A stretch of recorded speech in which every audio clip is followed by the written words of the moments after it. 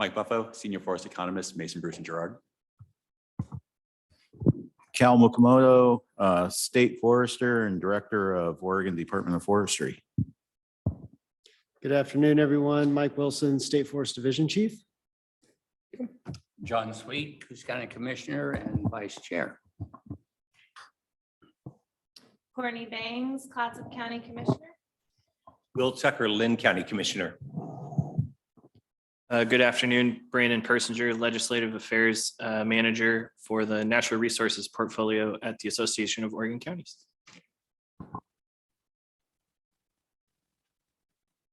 So let's go online, and I'm just going to go in order that I see people online. Commissioner Scar. Hi, Commissioner Aaron Scar, Tillamook County. Thank you for being here, Aaron. Sarah. Good afternoon, Sarah Deardahl, Interim Deputy Division Chief of Policy for ODF, State Forests. Thank you. Samantha. Oh, sorry. I'm sorry. So we have Samantha Hoffman, right? You don't have a microphone. Sorry, I'm just going off of my screen. Esmeralda. Perfect. Wait, okay, thank you, Esmeralda Boys. Jason, I see you here. Go ahead and introduce yourself, please. Good afternoon, Commissioners. I'm Jason Cox. I'm Public Affairs for the Oregon Department of Forestry. And Chet. Good afternoon, Chet Beeling, Assistant District Forester for Western Lane District. Thank you so much. And we do have someone in the audience. If you scream real loud, Laura.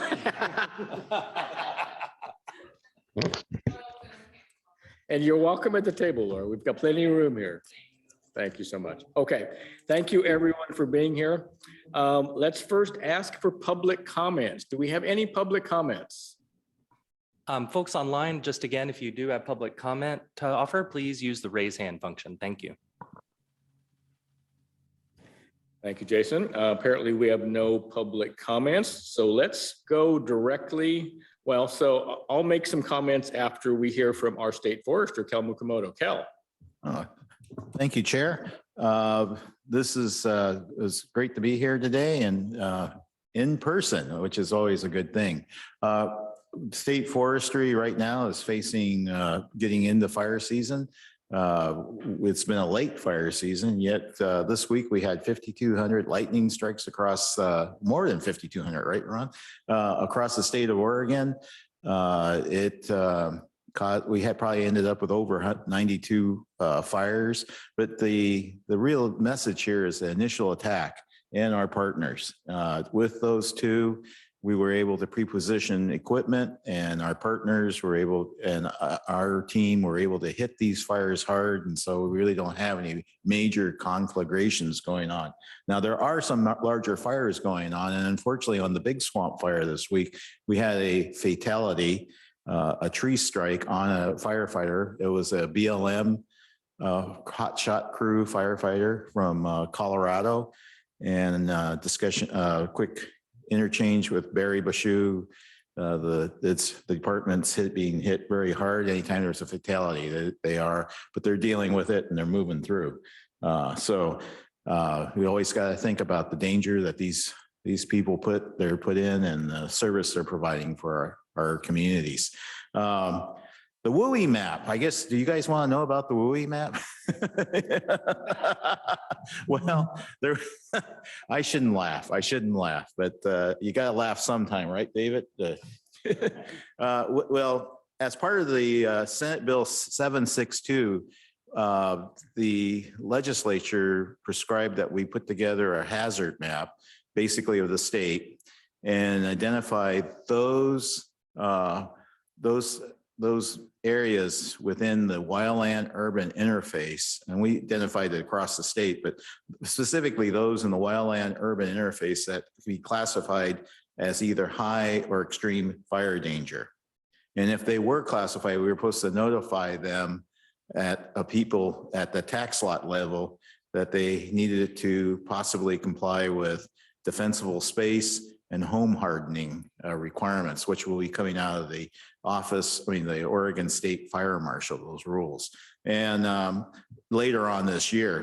But we did our job. We were required to publish this map working with Oregon State University on June 30th.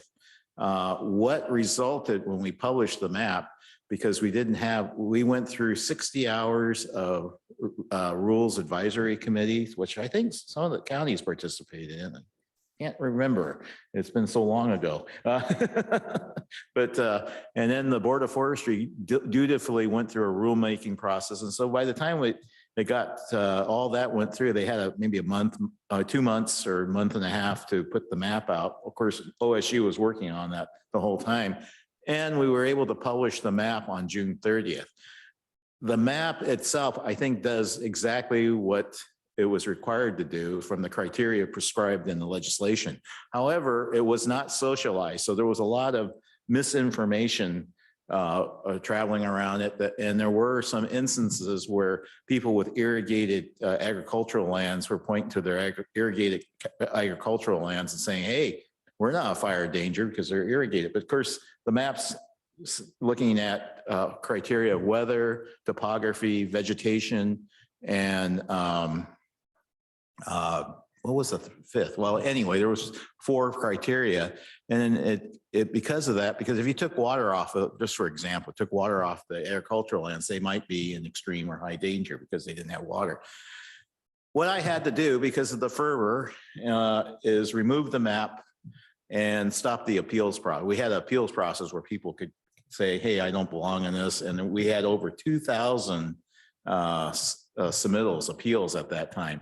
And so what we're going to do now going forward with the Wui map, we're going to focus on communications, socialization of the map, and then we're going to take the input that was given to us in these appeals. We're not going to throw them away because we're going to look at those and say, how do we integrate these comments from the public? And then we'll come back, hopefully in the fall. We will strive to come back, and it might be more detailed than this, but we're going to prioritize input from the public. But we do want to strive for this fall to be able to come out with a draft map that we will have public comment on, rather than just jumping into an appeals process.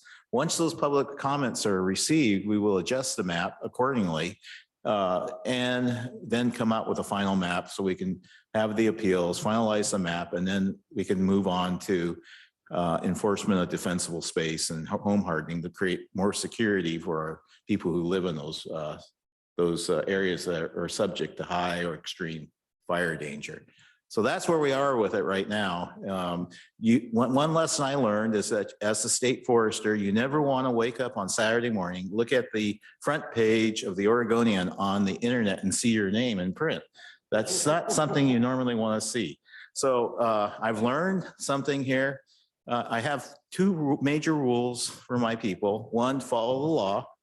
Just follow the law. The second one is keep Cal Mukamoto out of jail. That's always a good one. And now the third one is don't find my name in print on the front page of the Oregonian. No, but that's where we are with that. So other than that, we're pretty busy, Chair, and I won't take up any more of your time. Okay, and thank you for coming to Tillamook Room. I appreciate it. Yes, sir. Chair. Oh, Go ahead, please. So State Forester, I wanted to address you. I wanted to thank you very much for your first and initial responses. We've had so many lightning strikes, so many smokes, and your team out there with the Forest Service, the local fire protection district, but your teams have been really great. I greatly appreciate it, because we are at 15 actual smoke and we're now down to 2 left to get put out, and I think they'll both be out this weekend. So thank you very much for the role ODF played in fighting those initial responses. Thank you for that comment. One thing that we all know is, the team is very upbeat right now because they were able to get out, hit these things hard. But they're working hard, and we got to keep them conscious on safety first. And we also got to keep them, understand that they're going to end up with some fatigue. One of the things that's worrying us is that we are moving into a little drier period. So we got to be vigilant and hitting those things because it's going to be drier fuels. But thank you. I appreciate that. And thank you for bringing that up. But I always say this, we don't want anyone else fighting our fires other than ODF. ODF does such a terrific job on this. They're right on top of things. And we do appreciate the department so much for all you do to keep our forests safe. We really do. So thank you for that. One other, someone else? Oh, go ahead, please. We work with a bunch of partners, and I just want to say, for instance, where I live, the Coos County Protective Association, and we couldn't do it without them. So thank you. Appreciate that very much. So I know it's not on the agenda, but we'd like to give Mike Wilson, State Division Forest Chief, State Forest Division Chief, something like that, right? Am I right there? I'm sorry. I'm the chief. There you go. I could love to give you an opportunity to say something if you'd like. Sure. Thank you, Chair Yamamoto, Vice Chair Sweet, members of the committee, and others, State Forester Mukomoto. For the record, my name is Michael Wilson. I am the State Forest Division Chief, and really happy to be here today, present a couple of board items that are going to be coming up in September, and to have some discussion there and help you formulate your testimony for that, inform you to formulate your testimony anyway. And I just want to say it's really great to have everybody back in the room together. Sorry that we're missing a couple folks. I know there's some state fairs going on, or county fairs going on, and that's important stuff too, getting out there and being with the people. So anyway, just glad for everybody who's here and looking forward to it. Great. Thank you, Mike. Appreciate that very much. And before I start, we do have someone that came on the meeting late. John DiLorenzo. John, can you introduce yourself? Still there? I am. Thank you. Hello, everyone. John DiLorenzo, class counsel for the Lynn County class action case, and I'm happy to see everybody back. I hope you all had a good summer. Thank you for being here with us, John. Appreciate that very much. And to Commissioner Scar, I do want to say that the Tillamook County Fair is currently going on. I spent all day Wednesday and all day Thursday at the Tillamook County Fair. I'm missing the fair today. I'll bet you Erin was there in the morning, and I'll bet after this meeting is done, I'll bet she'll head back to the fair. In case anybody wants to know, we're still doing our pig and Ford races at the Tillamook County Fair. And on Saturday, tomorrow, we have the World Championship pig and Ford races. Something to see. So I'll get off of that. Mike, I appreciate it very much. I appreciate the opportunity to get back in person to these meetings. I think it means a lot when we're able to get face-to-face and have conversations. Zoom is great when you're in the middle of a pandemic, but it's good to get back so that we can all be looking at each other, and I think that's a great thing. With us today, again, we've got Mike Buffo, Mason, Bruce, and Gerard. Mike is an integral part of our team, our consultant. Mark Rasmussen is still available to us, but he is in the process of retiring. And again, I want to thank Mark for everything that he's done for us over the years and everything he will continue to do for us over the years. Mike is doing a great job, and we appreciate that very much. Also, Brandon Persinger, excuse me, our new AOC staff person. Brandon will be staffing not only the Council of Forest Trust Land Counties and the Forest Trust Land Advisory Committee, but he'll also be staffing the AOC Natural Resource Steering Committee, as well as other duties yet to be determined. So we appreciate that very much. So with that, I don't have much else to say at this point. We're running ahead of schedule, which I think is good. So let's move on to our next agenda item, State Forest Carbon and Inventory. And with us this afternoon, we've got Tyson Wepridge. Did I pronounce that correctly? Thank you. It's all yours, Tyson. Thank you. All right. Good afternoon, Chair Yamamoto, members of the committee, and State Forester Mukomoto. My name is Tyson Wepridge. I'm the Adaptive Management Specialist at State Forests, and I'm talking today about our forest inventory as well as carbon trends. This is going to be a preview of what the board gets to see next month. And there will be more details in the board presentation and in the staff report that goes to the board. But I really appreciate any questions and feedback you all have, and that could help me as I prepare for that meeting next month. So forest inventory impacts all aspects of our management. And a few years ago, back when Mike was just the information unit manager, he was part of a group that came up with a forest inventory needs assessment to figure out ways to modernize our inventory. And so we've been in the process since then of a transition from our stand level inventory to an enhanced forest inventory. And EFI is not my acronym. That's a commonly used acronym. There'll be a lot of them in here.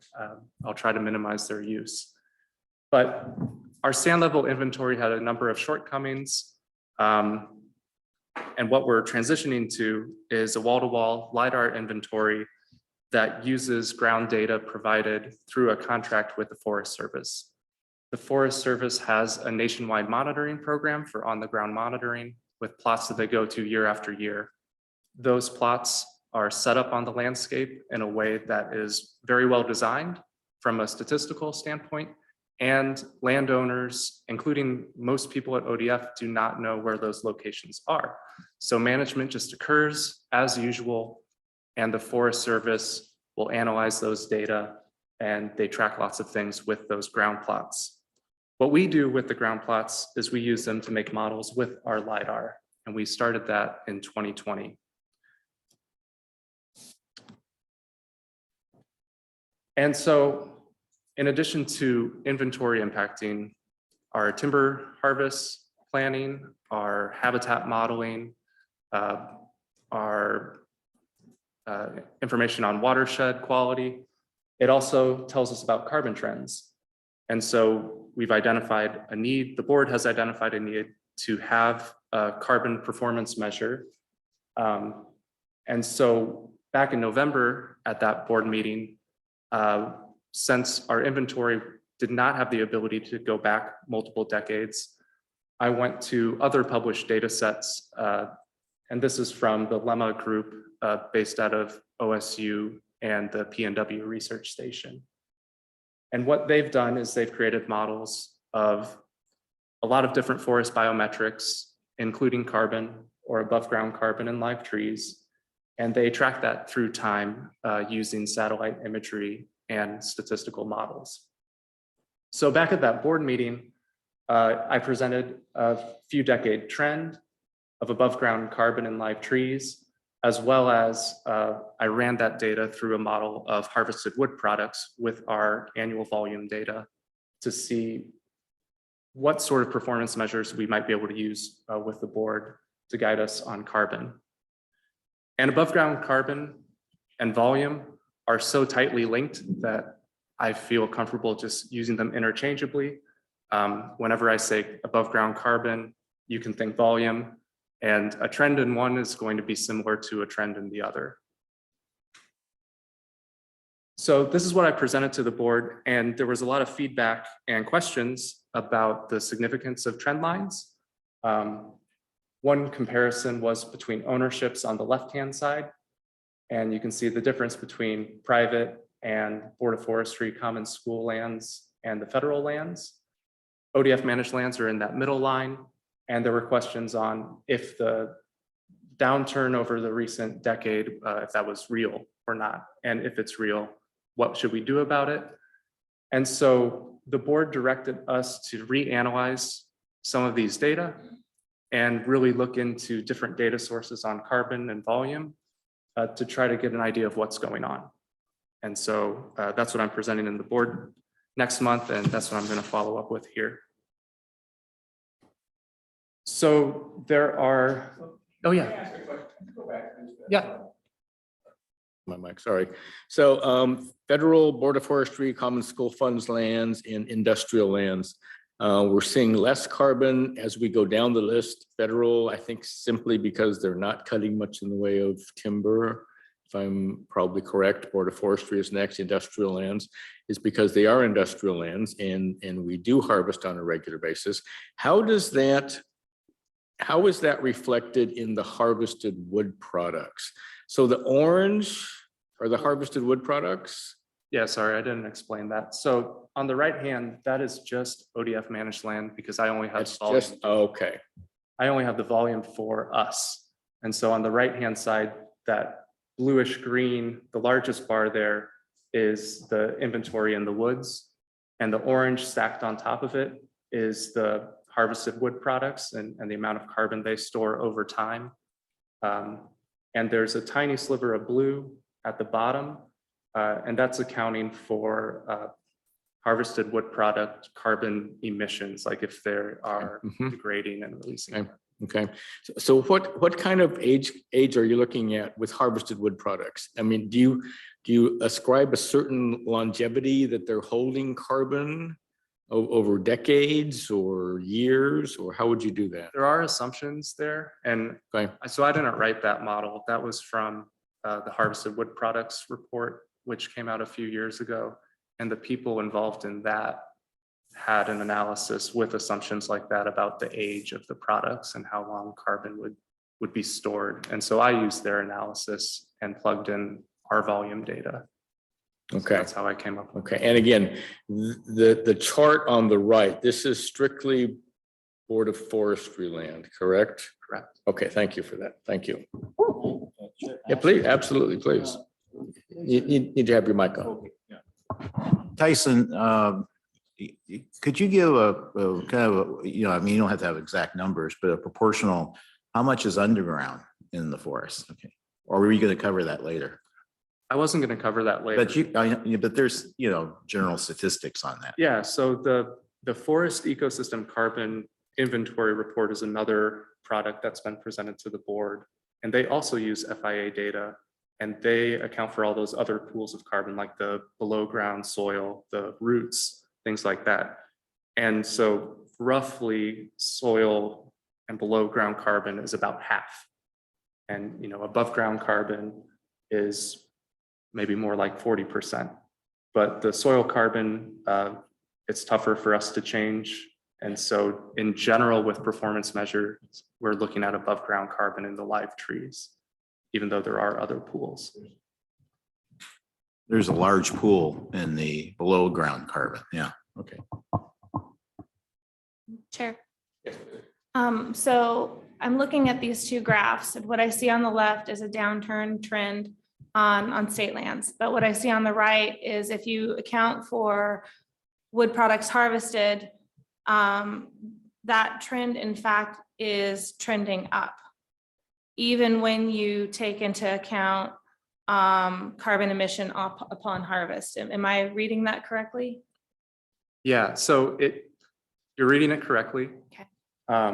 That blue bar of the emissions that I have there, that's just from the harvested wood products themselves. So I don't account for emissions during harvest. Okay. And there are a number of things that I don't account for in here, like other effects. This is really just looking at the trees and the wood products and not the whole life cycle of what goes into harvest. I would just be curious to see a line with harvested wood products added to it on the left-hand graph to just see where we are in actuality, because the compound production and harvest compounds sequestering of carbon. And so I would just be curious to see over a longer period of time than what we have here is what, 20 years? Right. I would just be curious to see that compound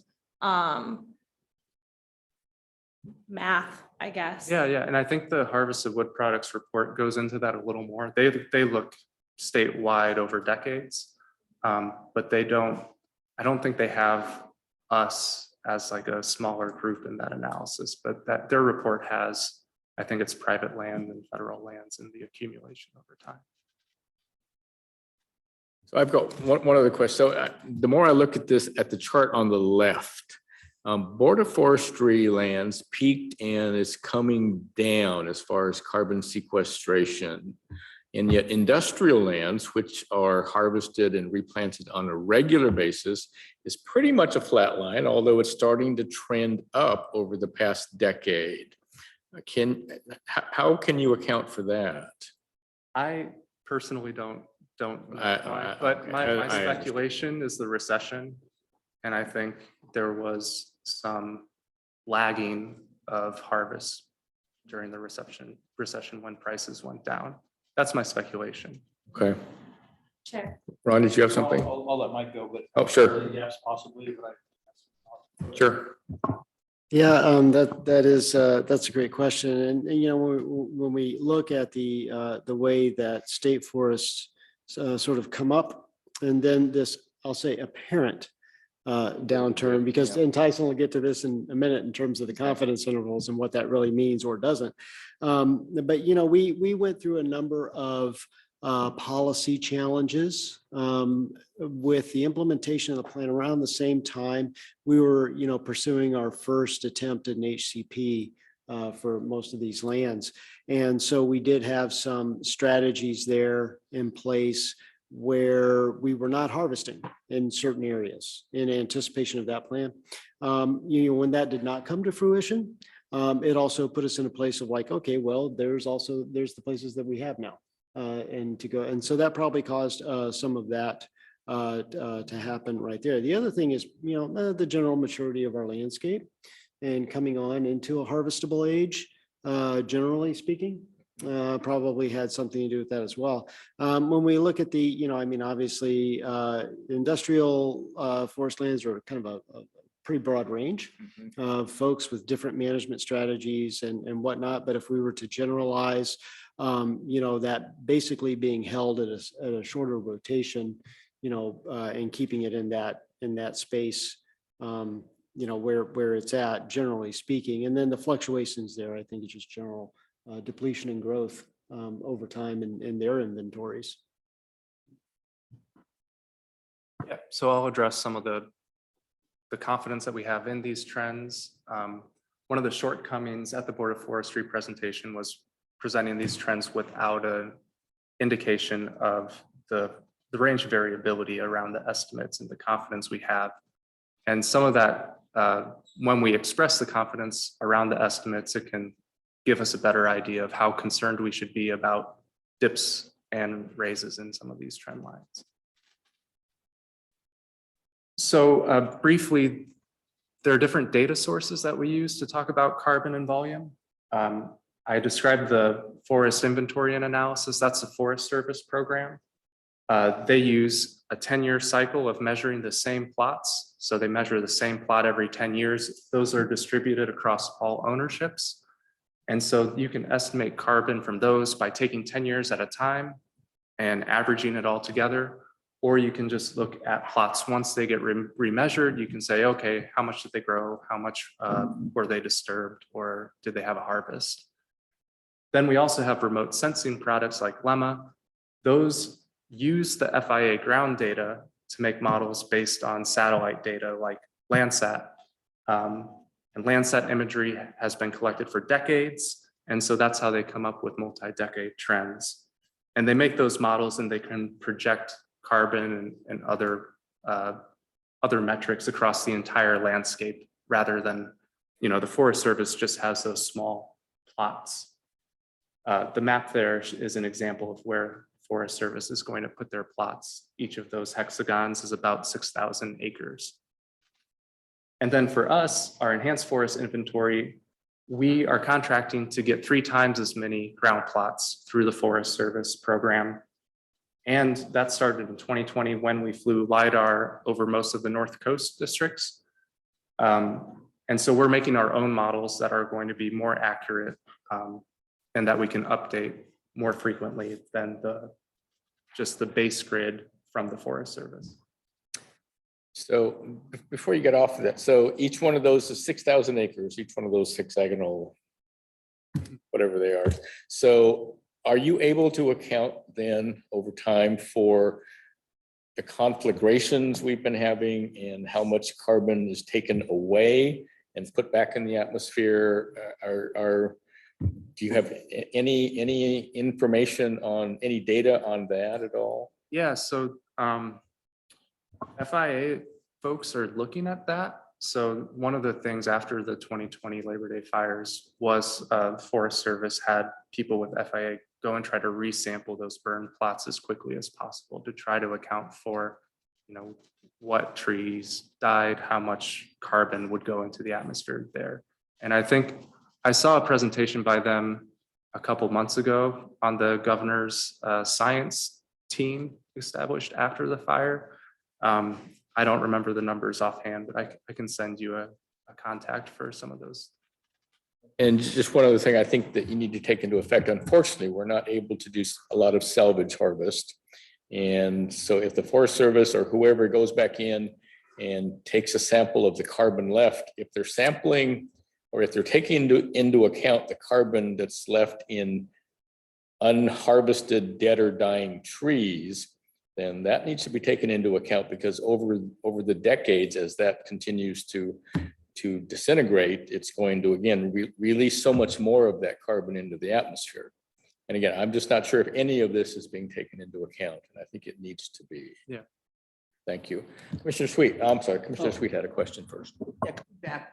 Excuse me, but could we back up to, thank you. Without you. Could you back up one slide for me, please? Looking at the graph on the left, it looks to me as though, you know, the older stands, the longer, obviously have more carbon in the live trees. Is there an offset to that in wood in the older stands is rotting? I mean, certain limbs are going to start rotting. Entire trees will be crowded out and will rot.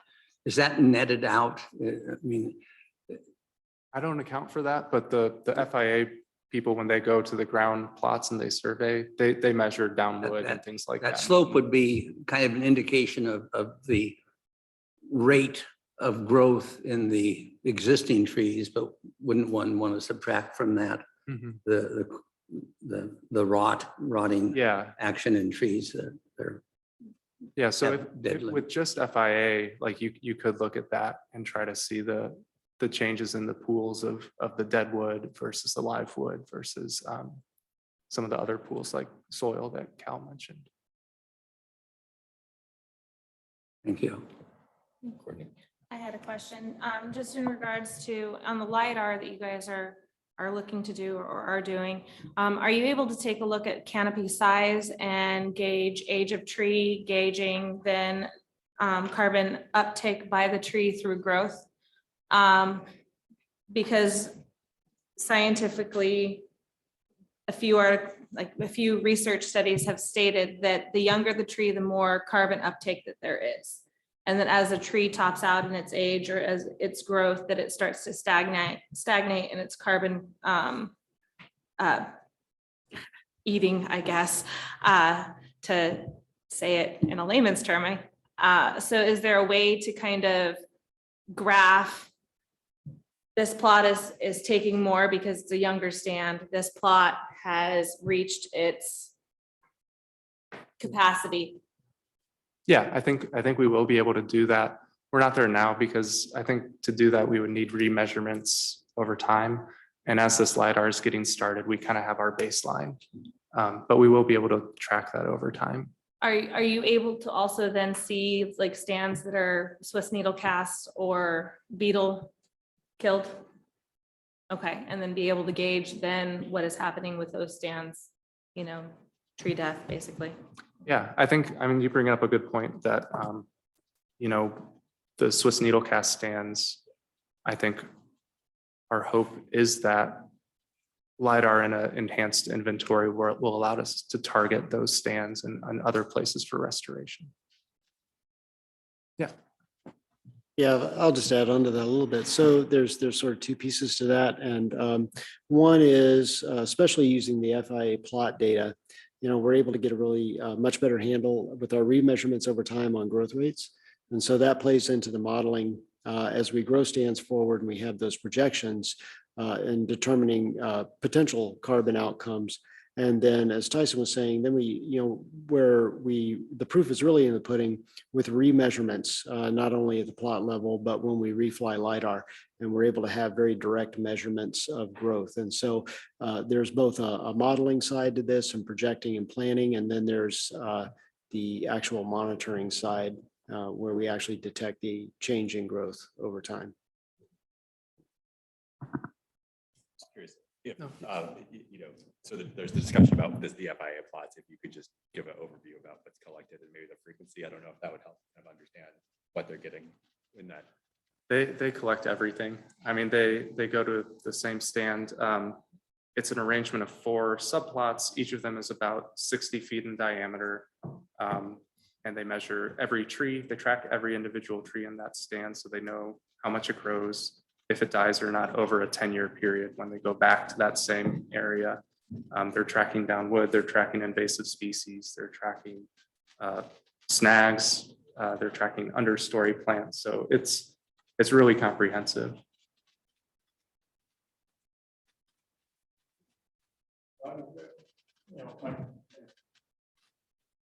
Great.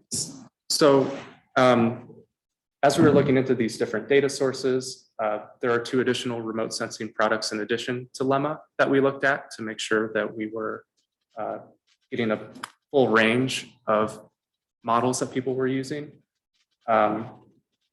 And we really only have 2020 for our new inventory, our enhanced forest inventory, but I can show you some of those results compared to these other products that go back in time. And so, first of all, when you look at the official FIA base grid results, this is a graph similar to that Lemma one, but using only the FIA data. And this is their 10-year stocks of above ground live tree carbon in the Oregon Coast Range. So it's split up in the same way with federal and then ODF managed land and then private forests. The estimates are these dots with confidence intervals around them. Those are the lines going up and down from each dot. And so the dots are sort of the average estimates for that year. And then the confidence intervals, I like to think of it as we are 95% sure that the average that we're estimating falls somewhere in that range. You know, we generally put it right in the middle for visualization, but it could fall anywhere along there. And you'll probably see that private forests have a very small confidence interval because FIA is getting a lot of data on private forests because they're such a large ownership. So there's a lot of data on them. For ODF, our confidence interval is larger because this is based on only 100 plots in the FIA base grid. And we have such a diverse range of management. So you'll also notice that in all 3 of these cases, you're seeing an increase in live tree carbon in that decade. The FIA stocks, it's kind of a funny measurement. It's an average over 10 years. So that very first dot on the left, 2010, that's actually an average of 2001 to 2010, all grouped together. So a problem with this is it's slow to detect change. You have to pretty much wait 10 years before you're getting a whole new set of measurements.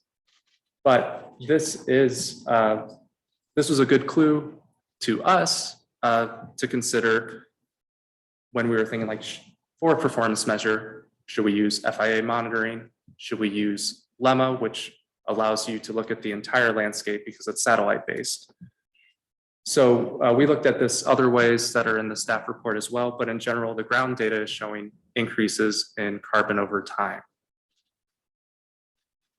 And so next we look at 3 different remote sensing trends. So Lemma's in there, as well as CMS is a carbon monitoring system. eMapper is a product that's based at OSU with Robert Kennedy. And so these are alternative estimates of carbon trends over time. This is similar to that graph in the very first slide that I showed you. And so you can see that Lemma's about in the middle, and this is just for ODF managed land in the Oregon Coast Range.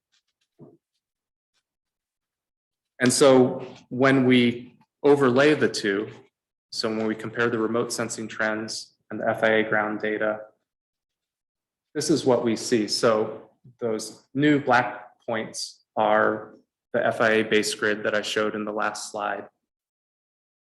And you can see that there is the mismatch between the FIA ground data increasing over the last decade and the remote sensing trends for 2 of them decreasing in the last decade or so. But despite that difference in direction, when you look at the confidence intervals for the FIA data, 2 of those remote sensing products are within them. And I think it's tough to say without more investigation if they are I don't think that Lemma is necessarily biased. It is ending at an estimate that's pretty close to what FIA is giving us. And so I'm unclear of why the trend is doing what it's doing, but I'll present a couple options for why we think it might be. And then I have one more point here, and then I can stop for questions. But this last brown point is our 2020 enhanced forest inventory. And you can see that it's pretty much in line with the base grid from those previous years. The confidence interval is a little smaller, so we're getting a more precise estimate of our average carbon because we have 3 times as many ground plots. And this is just using those ground plots. It's not even including the LiDAR that we have over quite a bit of our North Coast area.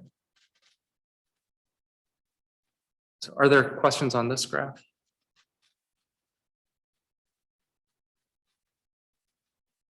Great. I'll just make one comment, and you said this out front. So there is some uncertainty in the divergence and why they're diverging. So I just want to make that point again, that this is all new to us, new to everybody apparently. Yeah. Okay, thank you.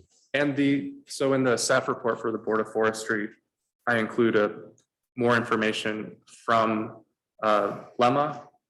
The people who create Lemma helped me come up with confidence intervals for the Lemma data. And so in the Board of Forestry staff report, there's a graph that shows the Lemma with their range of uncertainty compared to the FIA range of uncertainty. And there's quite a lot of overlap. So I think they're coming to a similar estimate in these later years of kind of the total amount of carbon. So as far as reasons for the trend not aligning, with FIA showing a positive trend and Lemma showing a recent negative trend, when we talked with some of the researchers who come up with these data products, they identified a couple sources of error. So one is FIA representation it's relatively limited. You saw those hexagons with 1 plot per hexagon. FIA puts those plots out on the landscape. We don't know where they are. They could capture more management or less management just by chance. So for example, if FIA missed areas where we were doing modified clear cuts by chance, maybe they're more optimistic. So we tested that theory. And so what this graph shows, each bar you can think of it as adding up to 100% of the land area of ODF managed land in the Oregon Coast Range. And the yellow is unmanaged forest over the last 20 years. And then the clear cut management and the thinning management colors, that comes from the last 20 years as well. So we used our GIS records on the right, and then we looked at where the FIA plots were from their base grid and our enhanced forest inventory densified grid. And what we're seeing is that there isn't a gross misrepresentation of our land base by FIA plots by chance. So our takeaway is that FIA plots are not overly optimistic. They're capturing the amount that we're harvesting pretty well over the last 20 years. And the other thing that we checked out was how the satellite products do at assessing growth, because they're flying overhead. They're basically they're taking pictures of the earth. They look at colors, they look at infrared. And once a forest grows to a certain point and its canopy closes, it's not going to get any more green. And the researchers know that. They try to account for it, but they acknowledge that in general, the satellite-based products have a tough time with older forests or forests that the canopy is closed. And so in the Board of Forestry staff report, we look at that and identify that as one way that remote sensing products could be underestimating the growth on state forests. It's unclear. We haven't taken the step further to say how much that matters for state forest lands. You know, you saw the graph with the federal lands. They would also be running into that same issue of older forests having a closed canopy. Their trend line wasn't as affected, apparently, but that is one way that remote sensing products do not track older forests as well. And so, you know, given these two ways that the data could be mismatched, we think that we're not getting as much credit for growth as we could be. The FIA remeasurements over time with our additional plots will be the best way to pinpoint that going forward. So these are two of our main conclusions. Overall, when you're looking at this pool of carbon, there is alignment on the overall carbon estimates in those recent years when uncertainty is acknowledged. There's a lot of overlap in those confidence intervals, the range that we think carbon could lie. And our enhanced forest inventory improves our precision and accuracy. And I think our inventory program is really going to figure out how to use not only the LiDAR and the FIA, but also some of these remote sensing products as technology changes. NASA is coming up with space-based LiDAR in the JEDI program, GEDI, and that and other products like that are going to create another tool for us to validate how well our inventory is capturing growth on our lands, and it'll help us calibrate as we go forward. So I'm not picking and choosing one data source over another. I'm hoping that we can try to integrate them and take advantage of each of their strengths. And so thank you, and I'll answer any other questions you all have. I just want to be clear, this is an information only item for the Board of Forestry coming up in September. Next steps are going to be to continue looking at these numbers moving forward. Are you eventually going to be asking the Board of Forestry to adopt something along the carbon sequestration lines, or I'm not exactly sure where this is going? Yeah, I'll take that question, Chair Yamamoto. And I think it's, really it's about getting to the performance measures under the FMP. And so, our forest management plan, obviously, is going to have some flexibility built into it for us to accommodate a lot of different things over time. And the boards, the way that we see this playing out is the performance measures that'll go with that plan that'll be based on the modeled outcomes that we have for that. And so, okay, we have a range of possibility, if you will, with those modeled outcomes. And then there's some decisions to be made in there as to where those targets are set and how those targets are set among different things, such as harvest volume, carbon, habitat, so on and so forth, really help to, that frames up where we go in the future with that. So it has to be a balanced decision that the board comes to on that. Now, I would say that, in our current, the current policy context that we're working towards, we feel really confident that we're not going to have a shortage of carbon in live trees going forward. But also as part of the modeled outcomes, is the harvest level and not just an overall volume, but the products, an estimate of the products in terms of log sizes, and grades and species that come out of that. And so that can be related back to the work on the harvested wood products. And so you have that piece of the equation as well. Like Tyson mentioned, though, soil carbon tends to be pretty darn stable. Really, to get a difference in soil carbon, you pretty much have to do a land use change, right? To really affect that sort of thing. So it's mostly really, I think, a discussion with the board around where where they want to land, taking into account harvested wood products and live tree carbon. And I would have one huge issue here in that, the data we looked at today, that's like 20 years of data. And I think it's very difficult to project that moving forward, especially in conjunction with the HCP or the FMP as we go forward. We just need to be very careful in trying to make any conclusions from 20, 25, 30 years of data moving forward. So I would just be careful with that. Ask you to be careful with that. Any other? Yeah, go ahead, Commissioner Sweet. Do you account for not only the carbon in the ground, the carbon in the tree, but the carbon that's sequestered in the building products, as well as the carbon dioxide not produced because you're using wood instead of concrete and steel? I mean, it would seem to me if we're really looking at the advantages or the relationship between just letting a forest grow and contain more carbon and versus harvesting and putting harvest logs into lumber, for example.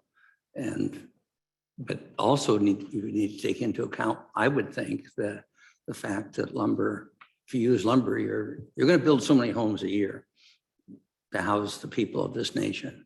And if you're not using lumber, you use something else. And generally speaking, there's something else puts more carbon dioxide into the air.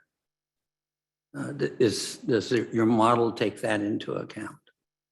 Or will we take that into account when we start looking at the carbon impacts of harvesting versus not harvesting? So, I mean, it's a valid point around substitution of other building materials for wood where it's not available. I think that is harder to build into the board decision. So I look at these things in terms of span of control. So, we have a great deal of control over the growing and harvesting of trees. We have a relatively, depending on the type of tree that we're growing and the type of product we're producing, we have a great deal of, I'd say, influence over the harvested wood products created and how long lived they are, because it's not the same for all the wood products, right? But I also think, when we get out into substitution with our land base, with the player that we are, and looking at that, that really gets to a much larger level that's very difficult for us to have a lot of influence on, especially given how, I believe our wood does feed a pretty typical home building, home remodeling type of market overall. And of course that could change depending on how people want to utilize the fiber. But I think it's a lot more difficult for, we could make an estimate of that based on a lot of assumptions. I just don't know that is something that would be reliable enough for the board to target, say, an objective based on wanting to keep substitution at a specific level, if that makes sense. Yeah, my concern is that if we don't somehow account for substitution, we're understating the value of a harvest managed and harvested forest. I think it's important. Yeah, and I fully agree with you there. I think it's important for us to, make that point. Yeah, I think it's just hard for us to exercise a lot of control or influence over the ultimate outcome of that. I have an ask. I'm hoping that you can do this when you bring this before the Board of Forestry, is that you provide a more in-depth story of the why, because from 2015 till now, the changes in FMP plans and the changes that occurred basically just in your forest management plan created a situation where you had a lot of additional acres coming to harvestable age at the same time. And then in conjunction with that, you also had log prices that were fairly, robust and healthy. And so that led the department, in my layman's eyes, to try to rebalance the books in regards to what you have on the landscape.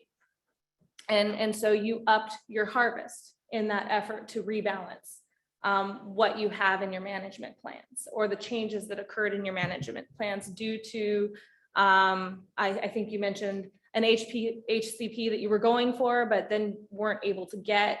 And then therefore you were left with all of these acres at harvestable age.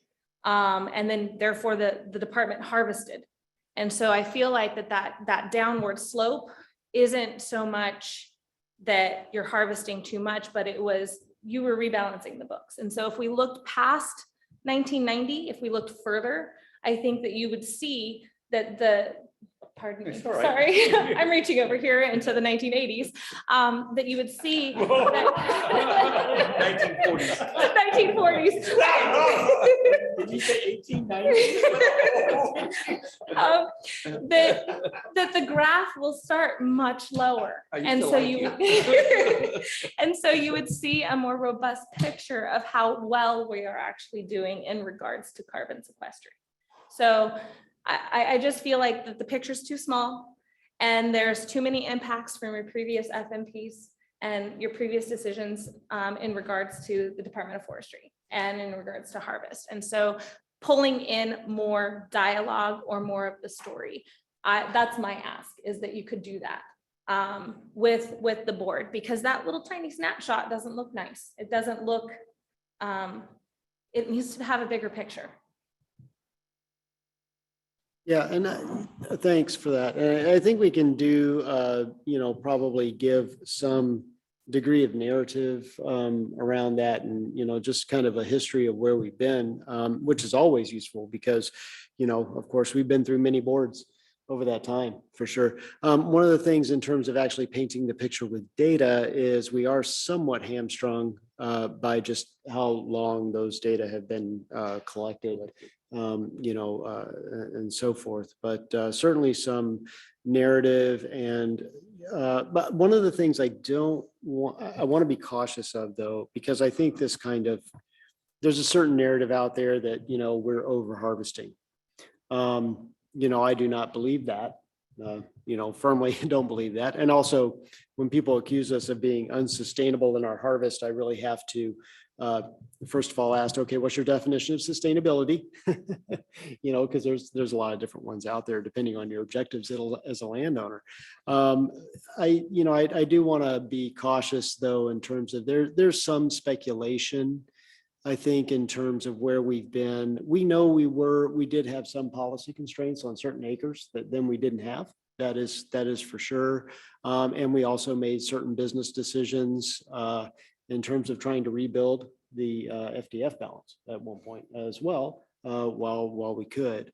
But there's I don't want to present a picture like of certainty around those management decisions driving carbon, say one way or the other, because I don't know that's, I guess partly because I just don't know the answer to that, right? Yeah, but no, it is good for people to understand the places that we've been, and also the general history of our landscape and how we got to where we are today, for sure. Thanks. And I don't know, Tyson, if you had anything to follow up on in terms of the availability of actual data and how far that really goes back, because FIA is somewhat limited. Yeah, FAA is limited to after 2001.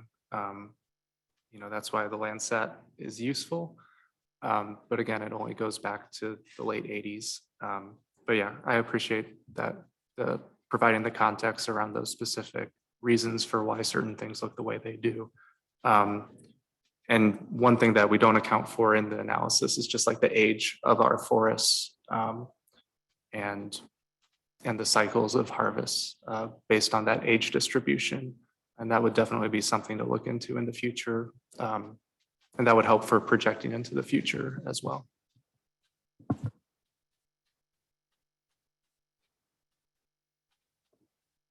Tyson, thank you very much for that presentation. I do want to pause here for just a moment. We have with us, and Jim, I appreciate you being here. We have the Board of Forestry Chair, Jim Kelly, with us.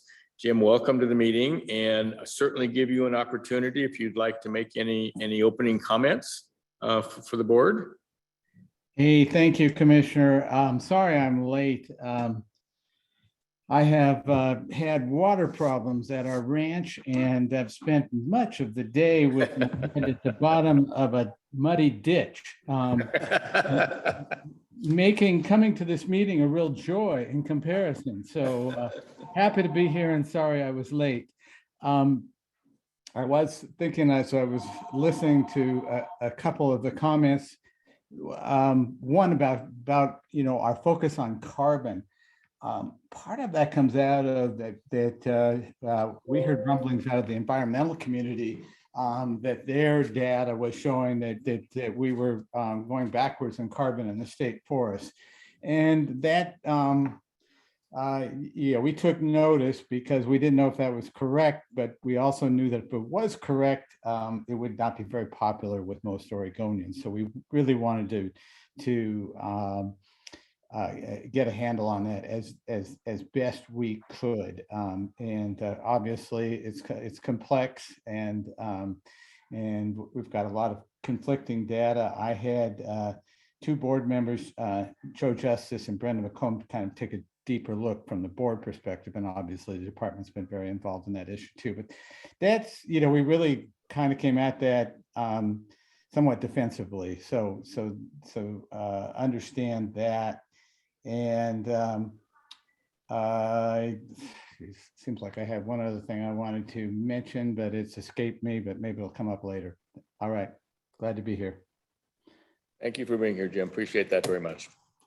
Okay, let's move on to our next agenda item. We're going to be discussing the draft HCP comment summary and timeline. And I think maybe online, we've got Cindy Kolomachuk. Cindy, are you with us? Cindy isn't going to be joining us. Oh, today, sorry. Chair. I'm just reading the agenda. Sorry. Yeah, nope, sorry. She had a emergency there, unfortunately, and wasn't able to join us today. So I'll be doing my best to do what she would do. Yeah. So since a few of you have joined the FTLAC a little bit later in the HCP process, start by providing some of the history on the development of the HCP and our engagement process in general. And then I'd like to provide a high-level summary of HCP public comments we've received, as well as an update to the NEPA timeline. One of the things I won't be covering today is the draft EIS public comment, because it's solely in the domain of NOAA fisheries, federal agencies. Kim Kratz will be covering that at the board meeting. But their process, just so everyone's aware, is that the final EIS has a line-by-line response to comments that are germane to the EIS specifically, as part of the final EIS. And so it's not really appropriate for ODF as the HCP applicant to try and address those comments or summarize those comments prior to the services doing so. Okay.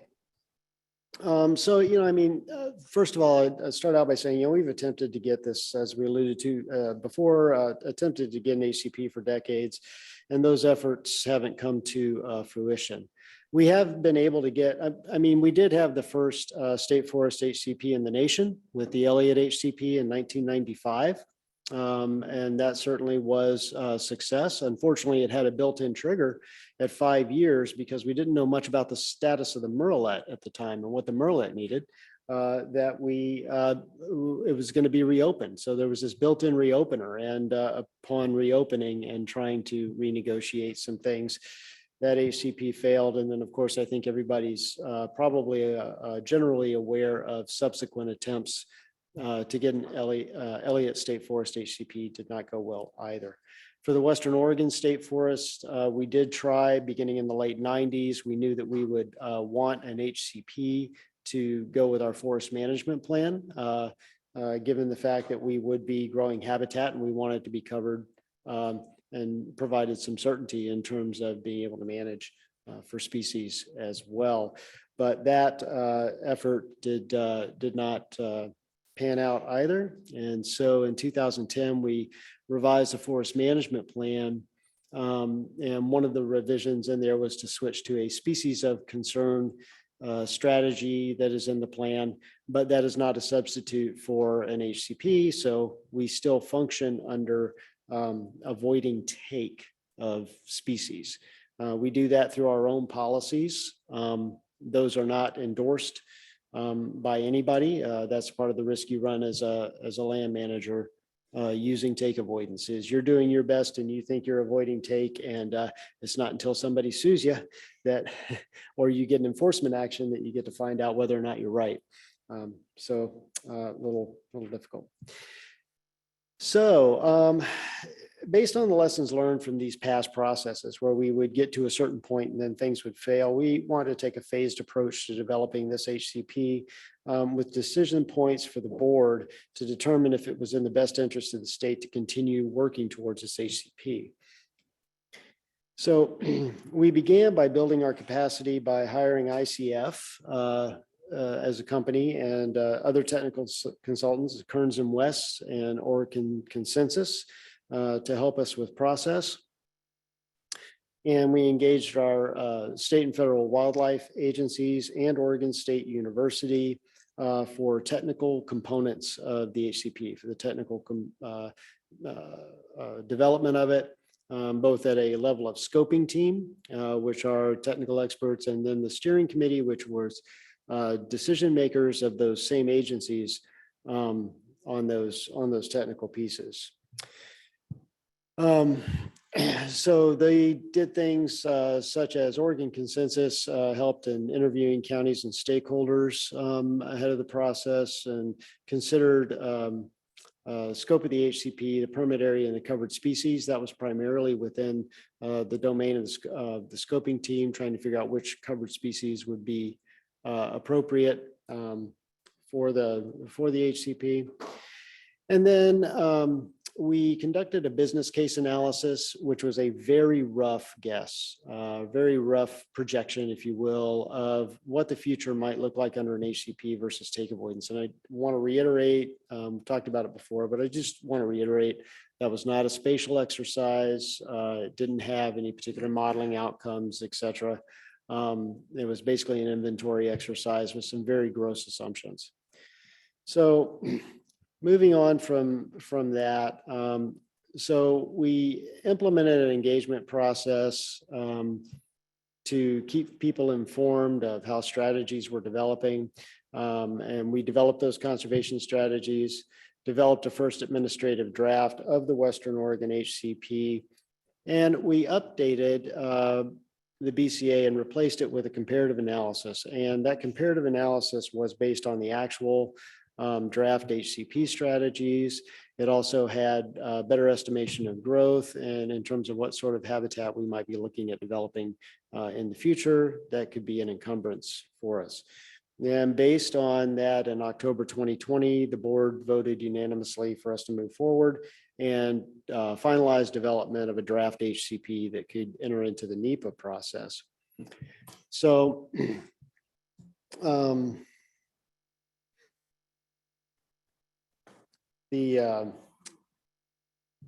so once the NEPA process is completed, the board will determine whether or not to implement the HCP and actually take advantage of the incidental take permits. In the meantime, and I'm going to get to that timeline piece there in a minute of July 2023 when I update you on the NEPA timeline. But in March, we will be bringing more refined modeled outcomes for the HCP and FMP, or I should say FMP with HCP as its compliance mechanism with the ESA.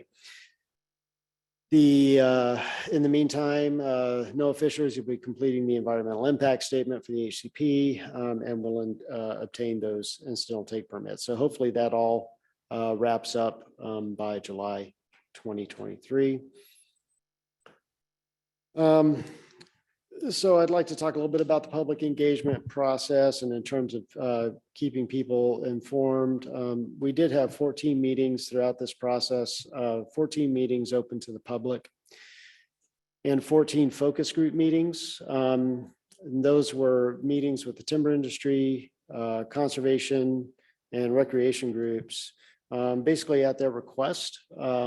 After each public meeting, and making time to have smaller group meetings to better understand their concerns and feedback, and also to provide them any additional detail that they wanted. We had a number of individual meetings with interested tribes, and this process has really helped us up our game in terms of our tribal coordination and just generally our working relationship with the tribes has been very good. We had over 60 one-on-one meetings with various individuals, and of course presented regular updates at a lot of our other meetings, State Forest Advisory Committee, ad hoc, and conservation collaboration meetings. Specific to county engagement, that ended up occurring through multiple channels since the inception of the projects. It included presentations at regular FTLAC meetings in 2018, 2019. Unfortunately, from September of 2019 through December of 2020, all but one of those meetings, I believe, were canceled due to either litigation or the pandemic. But we still did try to continue engagement on that. The division chief at the time and Oregon Consensus attended, I believe, 3 different AOC meetings, provided comparative analysis data to FTLAC consultants to better assess the county impacts. Oregon Consensus reached out to individual county commissioners who were interested. And of course, then more recently, FTLAC convened a meeting for the greater council. I believe that, division chief went to and presented there. And then, of course, our May 10th special board meeting that we had concerning the draft EIS.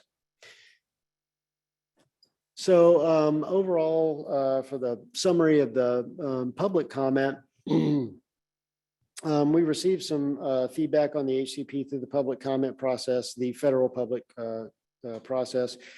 We can't really go through all of them. I believe there were over 430 individual comments. A lot of them were, of course, in form letter type format, but and were somewhat redundant in that sense. All individual comments, of course, should say that, but still kind of a lot of the same. So the majority of comments requested more detail on conservation strategies or how the HCP would be implemented over time, given the uncertainties of potential economic impacts. And so generally, we bend the comments in the board staff report into process, content, and potential outcomes. So around process, largely the covered species, species selection criteria, their range on state forests, likelihood of listing over the permit term, and the data sufficient to support conservation strategies. The length of the permit term of 70 years, for us, it's long enough to grow habitat for meeting the biological goals and objectives, while also having some confidence in the modeled data to support the projected habitat and harvest outcomes. And then of course, there was the county and public engagement, which I already spent the last couple of slides going over. On the content side, questions around the data to support the strategies. So we added some additional detail and increased the references linking conservation actions to the supporting data and literature in the appendices. There was some desire for continued surveys, and we have deemed that not necessary because we're using habitat suitability modeling and associated future inventory data, including the enhanced forest inventory that Tyson spoke to. We provided some greater detail on barred owl management, and then Also greater detail on the future estimates of road and trail networks. So for the outcomes, there were comments on climate change and wildfire and change circumstances such as that. And the change circumstances chapter in the HCP discusses how the HCP will be responsive to wildfires and changes in climate that occur over the permit term. And then the harvest levels and economic impacts. And so, currently, we estimate that the draft HCP would result in an average harvest of 225 million board feet per year over the 70 years. That is an average, and obviously it starts high as the modeled estimates. This is no different than comparative analysis. It does start high and then tapers off and then comes back up towards the end of the permit term. While that average harvest objective is similar to our current average harvest objectives of 220 million to 230 million feet for the same districts that are in the permit area, we really, the nature of that volume flow still has to be worked out. And that's really more of an FMP question. I think, we've heard a lot of comments, and of course we've discussed before the flow and the desire for a steady flow. And so I think we have a lot of discussions there about how to take that over time. The model that was used to do this was a net present value sort of model. First thing it goes and does is try to take everything off the landscape that it thinks is, beyond a good return. And of course, we even constrain that in the model in some respects, by bending some, trying to achieve a certain stand age distribution in general. In actuality, when we come to implementation, there'll be much more robust discussion about whatever surplus is there and how we want to take that surplus in a way that makes sense, not only for the department, but also for you, and trying to do the financial planning and futuring that way for budgets of counties and local taxing districts. So I'll just move on to the timeline here. And this is an updated timeline.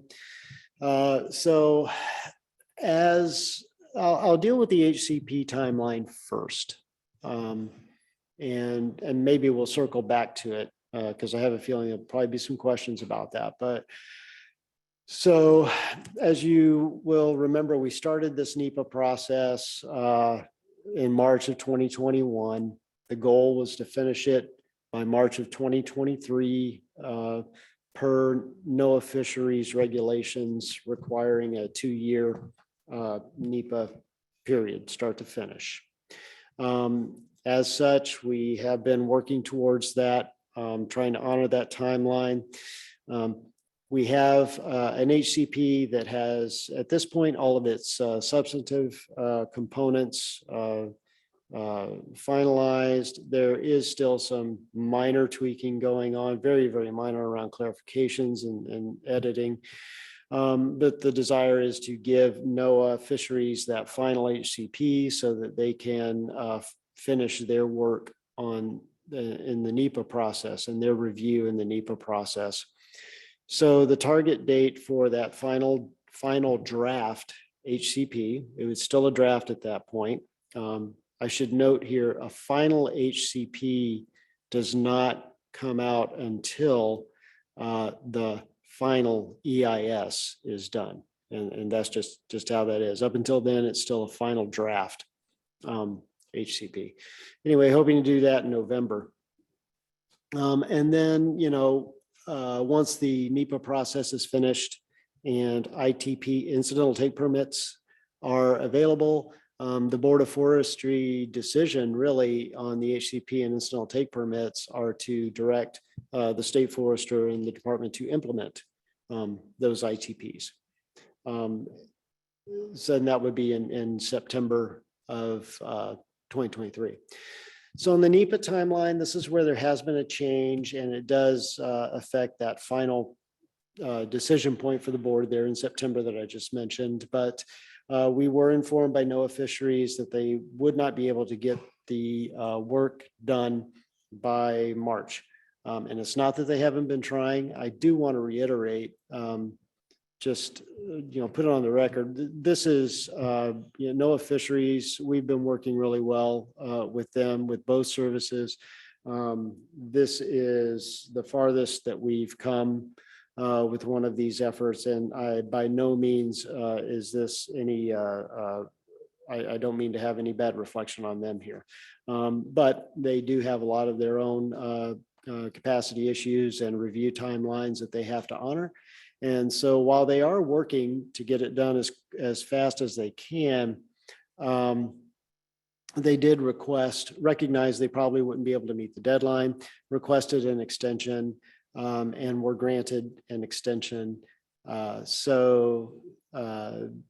It's more likely that we are looking at, and these dates should not be taken too, we're looking at these as maximum dates, if you will, at this point, that the final EIS would be published in June of 2023, with the record of decision published in the Federal Register in July. And the difference between the actual publication of the final EIS and the signing of the record of decision and the actual publication of the record of decision, my understanding is there's not much there. It's pretty much formality. It takes about 30 days for that process to be done. And I believe at that point, technically, people can comment on the final EIS if they want.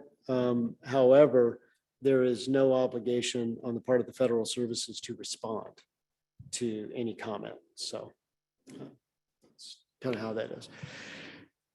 So that is the timeline. And that was pretty much the end of the presentation that I have. So happy to take any questions.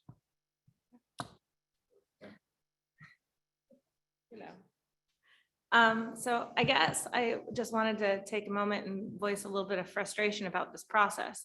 I feel like you've engaged a lot of voices, but I see commissioners sitting here today, and we're not appointed to positions. We're not hired to do positions. We're elected.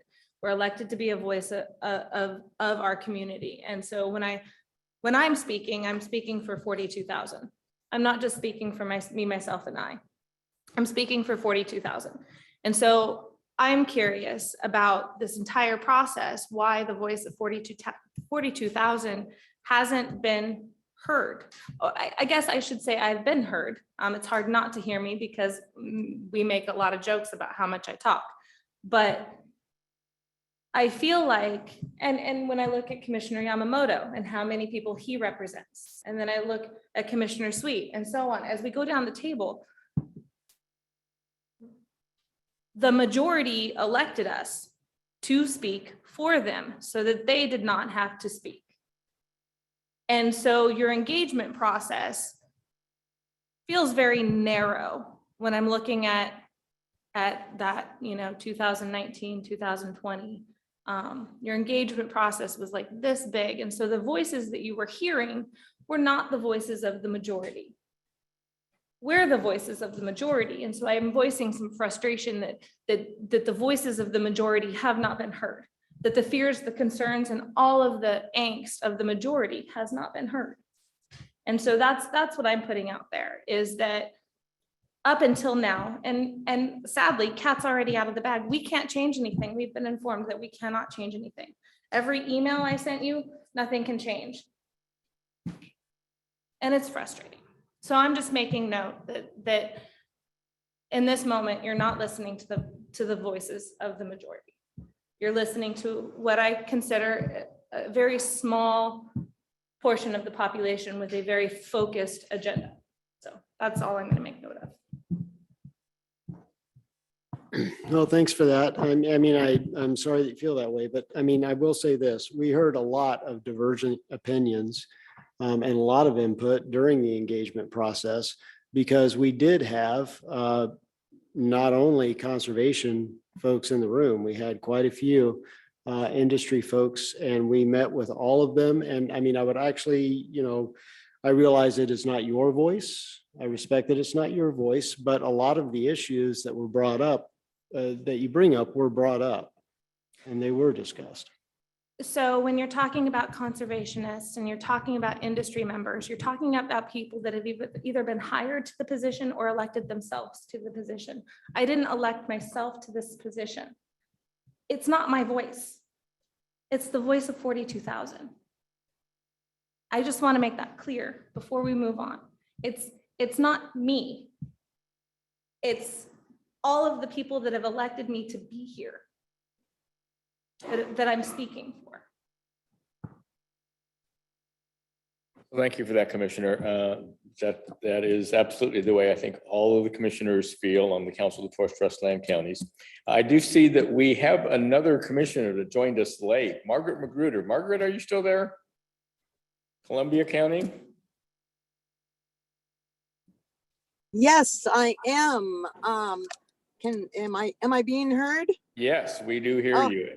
Well, I am speaking to you from the Fairgrounds Polk County Fair, and I'm going to have to leave. This has been interesting to this point in time. I do want to support what Commissioner Bangs just said. Some of my my notes were around that. What carries more weight, my individual comments, my stakeholder comments, or my commissioner comments representing 50,000 people. And I would also note that in listening to both the data and then the HCP information, that from a non-science person, I'm just a simple farm girl, and in agriculture, we define sustainability as if you're in business next year. When I was on the Oregon Board of Agriculture, we struggled with the definition of sustainability, and that's what we farmers finally came up with. But the interpretation of all of this to a lay person appears to me to be fairly limited, speculative, and inconsistent. So I will end on a very positive note. My grandson, who I am the adult in charge of at the Polk County Fair, had the grand champion pen of market chickens for the 3rd year in a row. And this evening, as you all leave your meeting in Salem, come on out to Rick Riel, because the youth auction will be starting at 6 o'clock. And you too could own a champion lamb, beef, hog, chicken, turkey. So I invite you all to be here, and thanks for letting me speak for a few moments. Bye-bye. So Margaret, thank you for being here. And your grandson is carrying on the Magruder tradition of great farm animals. And I for one appreciate that so much. And he's quite the salesperson, I have to tell you. He's doing great. He certainly is. So we're having a good time out here. I haven't seen Commissioner Pope or Commissioner Mordhorst yet. Usually I at least see Commissioner Mordhorst out here. So hopefully they'll be out tonight. Have a great time at the fair. Thank you. Bye-bye. Chair Kelly, you've got your hand up. I do. Couple of things. One is I wanted to address, I know Commissioner Bangs and many of you feel ignored, but factually, in terms of my personal time in these meetings and in board meetings, various testimony, I'm certain that I have listened to you all 10-1 versus other voices on this issue. So it is not for the lack of hearing the perspective, but I understand you're feeling that. I think the other side of it, I got to remind you, I understand the people that you're representing, and I understand you're not single voices, but also need to remind you, I think I've said this before, that board members for the Board of Forestry are appointed by the governor and confirmed by the legislature. So we are really appointed by the and representing, and we are by statute to represent the people of Oregon. And that means all of you who live in trust line counties and the rest of the state. And you know, all of us have those responsibilities, but I do get it, the number of people that you all represent. I just want you to understand where we're coming from and our statutory responsibility. The other thing I remembered what I wanted to say because of Commissioner Sweet brought up substitution, and I agree with Mike. I really can't expect the department to deal with something that is so hard to quantify and that they can't control. But it is the responsibility as policymakers for the Board of Forestry to consider things like substitution. And we deal with a lot of issues like that are just hard and very, you know, hard to impossible to quantify. But we are repeatedly reminded about substitution, and I think that's appropriate. And I'm sure we will, as we make those assessments, we will be thinking about substitution. So, but I think that really lies with the Board of Forestry and not because I just think it's kind of an impossible task to ask staff to try to quantify that. Anyhow, that's it. Thank you for listening to me. Thank you, Chair Kelly. Yeah, I understand these are very difficult conversations. They are, but just because they're difficult doesn't mean that we can't have some change moving forward. And we keep talking about these things. And to date, we have seen zero change in the way that this HCP is structured. And when we ask questions, very difficult questions, and we don't get an answer, that's one of the areas that we feel that it's impossible for the Board of Forestry to make any decisions at this current time moving forward, because we have still so many unanswered questions from staff. And again, we don't know exactly what we're looking at in your September 7th board meeting coming up. We have yet to get an answer on exactly what the department is asking of the Board of Forestry on the 7th. So without that direct knowledge, we don't know how to address the Board of Forestry when we don't know what they're being asked in a couple of weeks.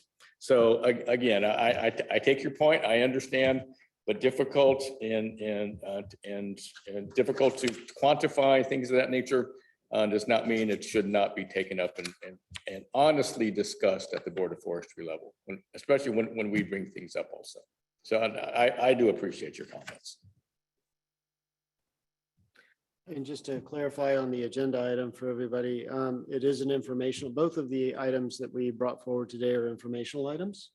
We are bringing forward the public comment summary from the federal process for the board's consideration, just like we brought forward comments in summarized format on a number of other engagement points for them as part of the things for them to consider, along with, of course, input that you have for them. They've been hearing all along. And so there's no specific ask of the board at the September meeting.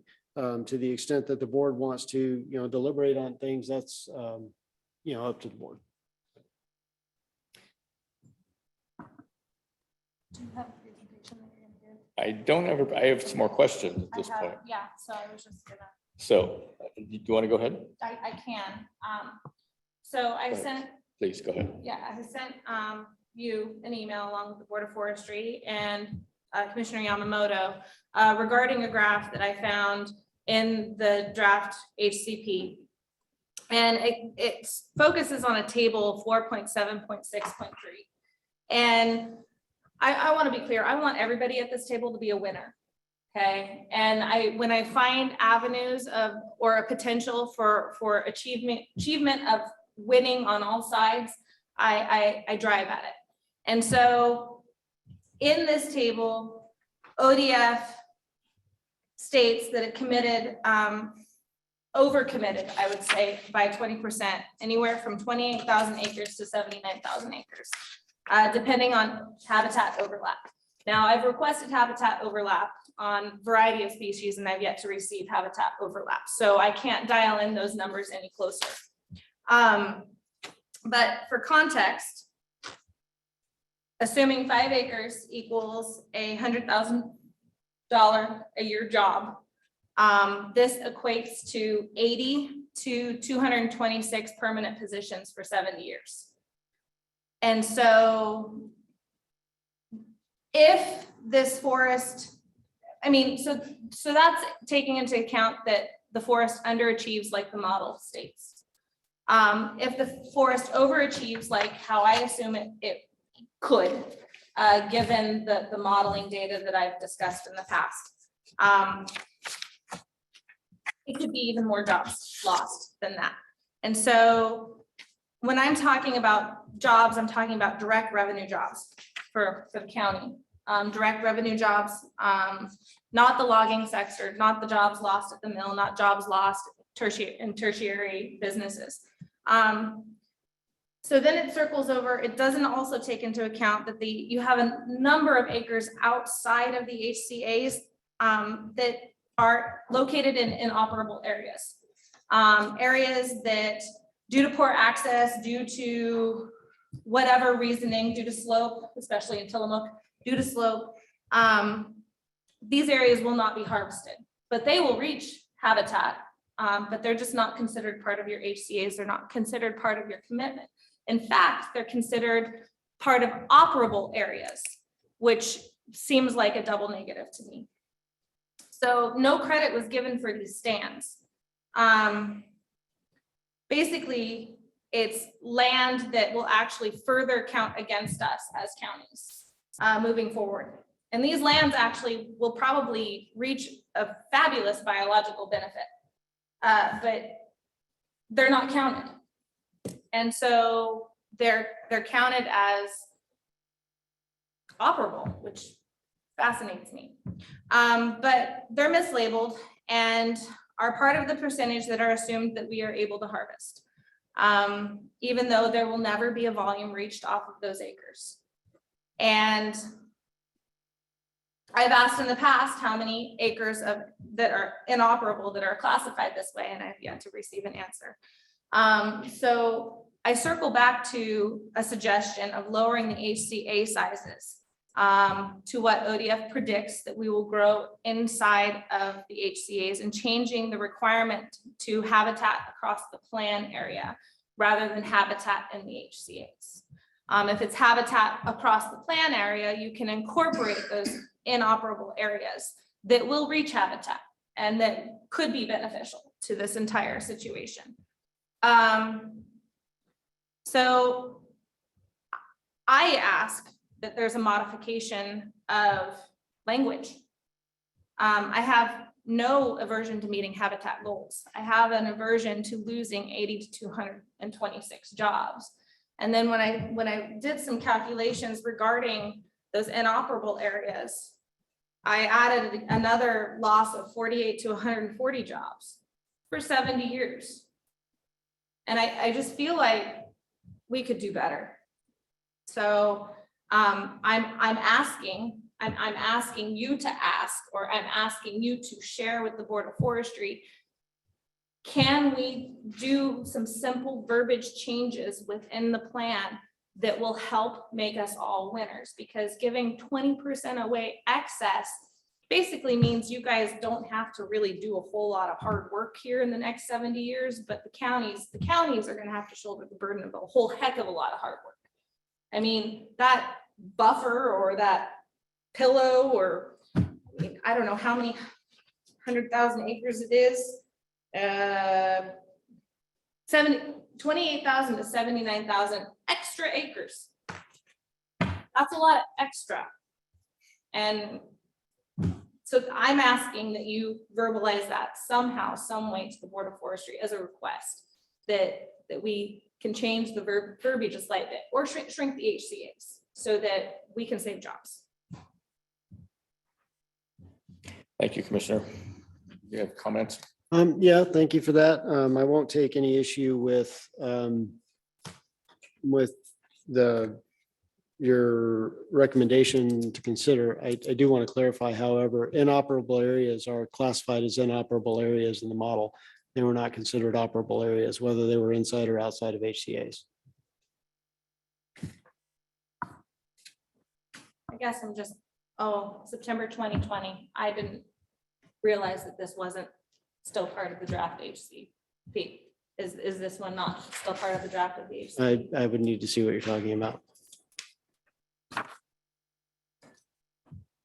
This table has been redone since 20 because it was fairly confusing to folks, but this is actually about the habitat grown. Outside of your HCA's. This is about habitat grown. Yeah, at the beginning and the end, how much of it's inside, how much is outside, and the HCP But that, commitments. the information is still accurate, correct? Well, it has changed somewhat, I'm sure, but I don't have the current table right in front of me. But no, what you mentioned earlier was that inoperable areas outside of HCA's were being considered operable. And I just wanted to make clear that in all of our modeling, our inoperable areas are just that. They're not in the harvest. Okay. So, but the habitat reached in those inoperable areas are still not being counted as part of your habitat commitments, correct? They are part of the habitat outcomes if they grow to meet that. But And not the yes, commitments. they're not within the HCA's. They are not within the HCA commitments. That is correct. Okay. Other comments? Oh, yeah, I have more, but go ahead. I'd like to make some comments. So, Mike, you discussed, roughly 225 million board feet annually over the next 70 years. And you do specify that is indeed an estimate, and it is over a 70-year period. And the counties look at it, and that's a great harvest level. But the harvest level starts high and takes a dip for many years, for decades.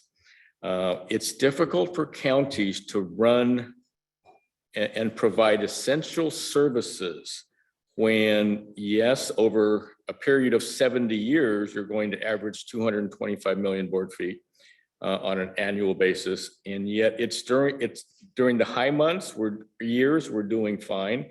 But as harvest levels take that dip that you have provided on your graphs, we can't take money from other areas to make up those financial deficits over decades of time. And I would pose to you the exact same issue with the Department of Forestry.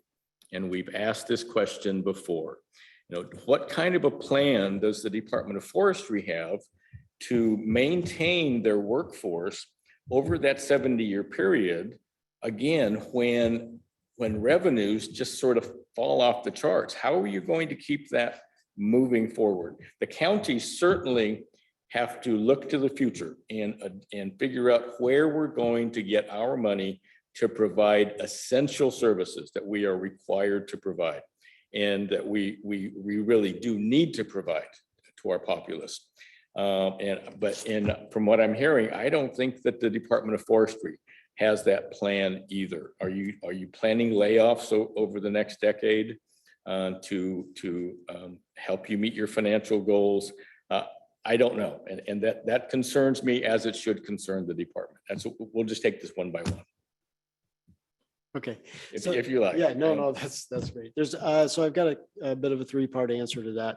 Number one is, there is still work to do under the FMP to just determine the volume flow that we want. And we don't want a volume flow as dramatic as, what comes out, obviously, in the modeling so far. We need to establish, I think we can all probably will get to a point where we can agree on an even flow, and then there will still be a surplus associated with that. And how we take that surplus over time is more of an implementation issue. Now, regarding what we're doing with workforce, there's two pieces to that. And that really is, we are beginning to look at, okay, what is the nature of the work? under the HCP. And how does that change? Because we do a lot of work now that, is related to take avoidance. And, things will shift to monitoring. Certain aspects of management will become a lot more clear in some ways, right? And so there's right sizing our workforce and adjusting that workforce to the HCP model for the work that has to be done. For budgets, we will continue to do actually what we've always done, which is to do our projections and understand what the future might look like. We all know, regardless of volume, prices, markets affect that. And so there's a limit to how far we can really look with that. But we will use the best long-term projections we can to understand what we can afford as well. And so there's always the delta between the work that needs to be done and what we can afford. And that's always a challenge for us under any sort of scenario. It's a challenge for us now. But with an HCP, one of the advantages that I see is being able to adjust more nimbly to take advantage of markets and be able to do that adjustment so that hopefully we can fill those gaps. And I think when we're talking about economy, the markets overall and the economy overall and the conditions, we're looking to fill those gaps, not just for us, but for you, right? I mean, our ships rise and fall kind of the same, right? I mean, the ultimate outcomes may be a little bit different, but we're in the same boat together.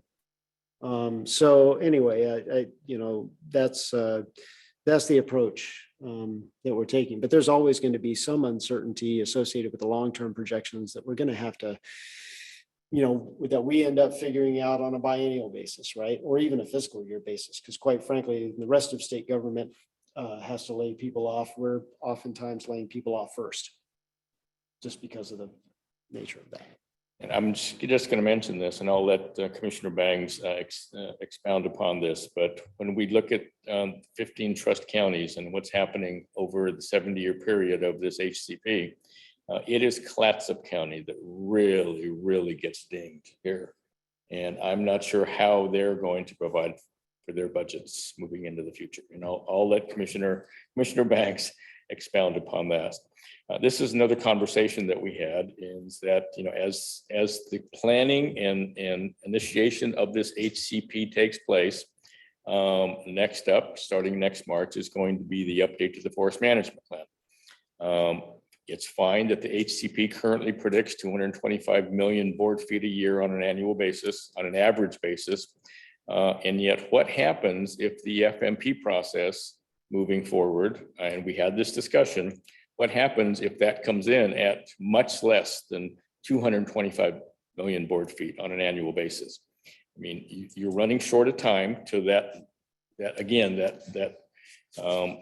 predicted November, is it November? No, I'm sorry, predicted July record of decision being published for the HCP.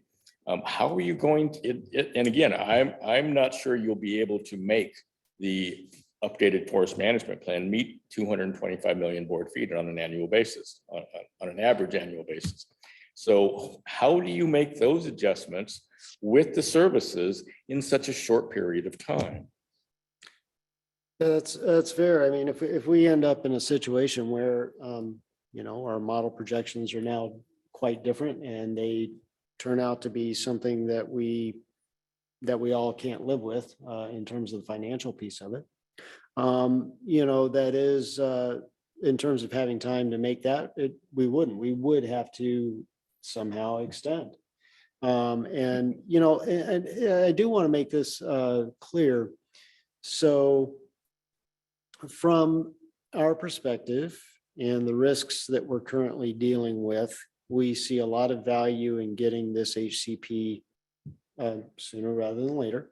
But it is not out of the realm of possibility, or it is not impossible to make changes.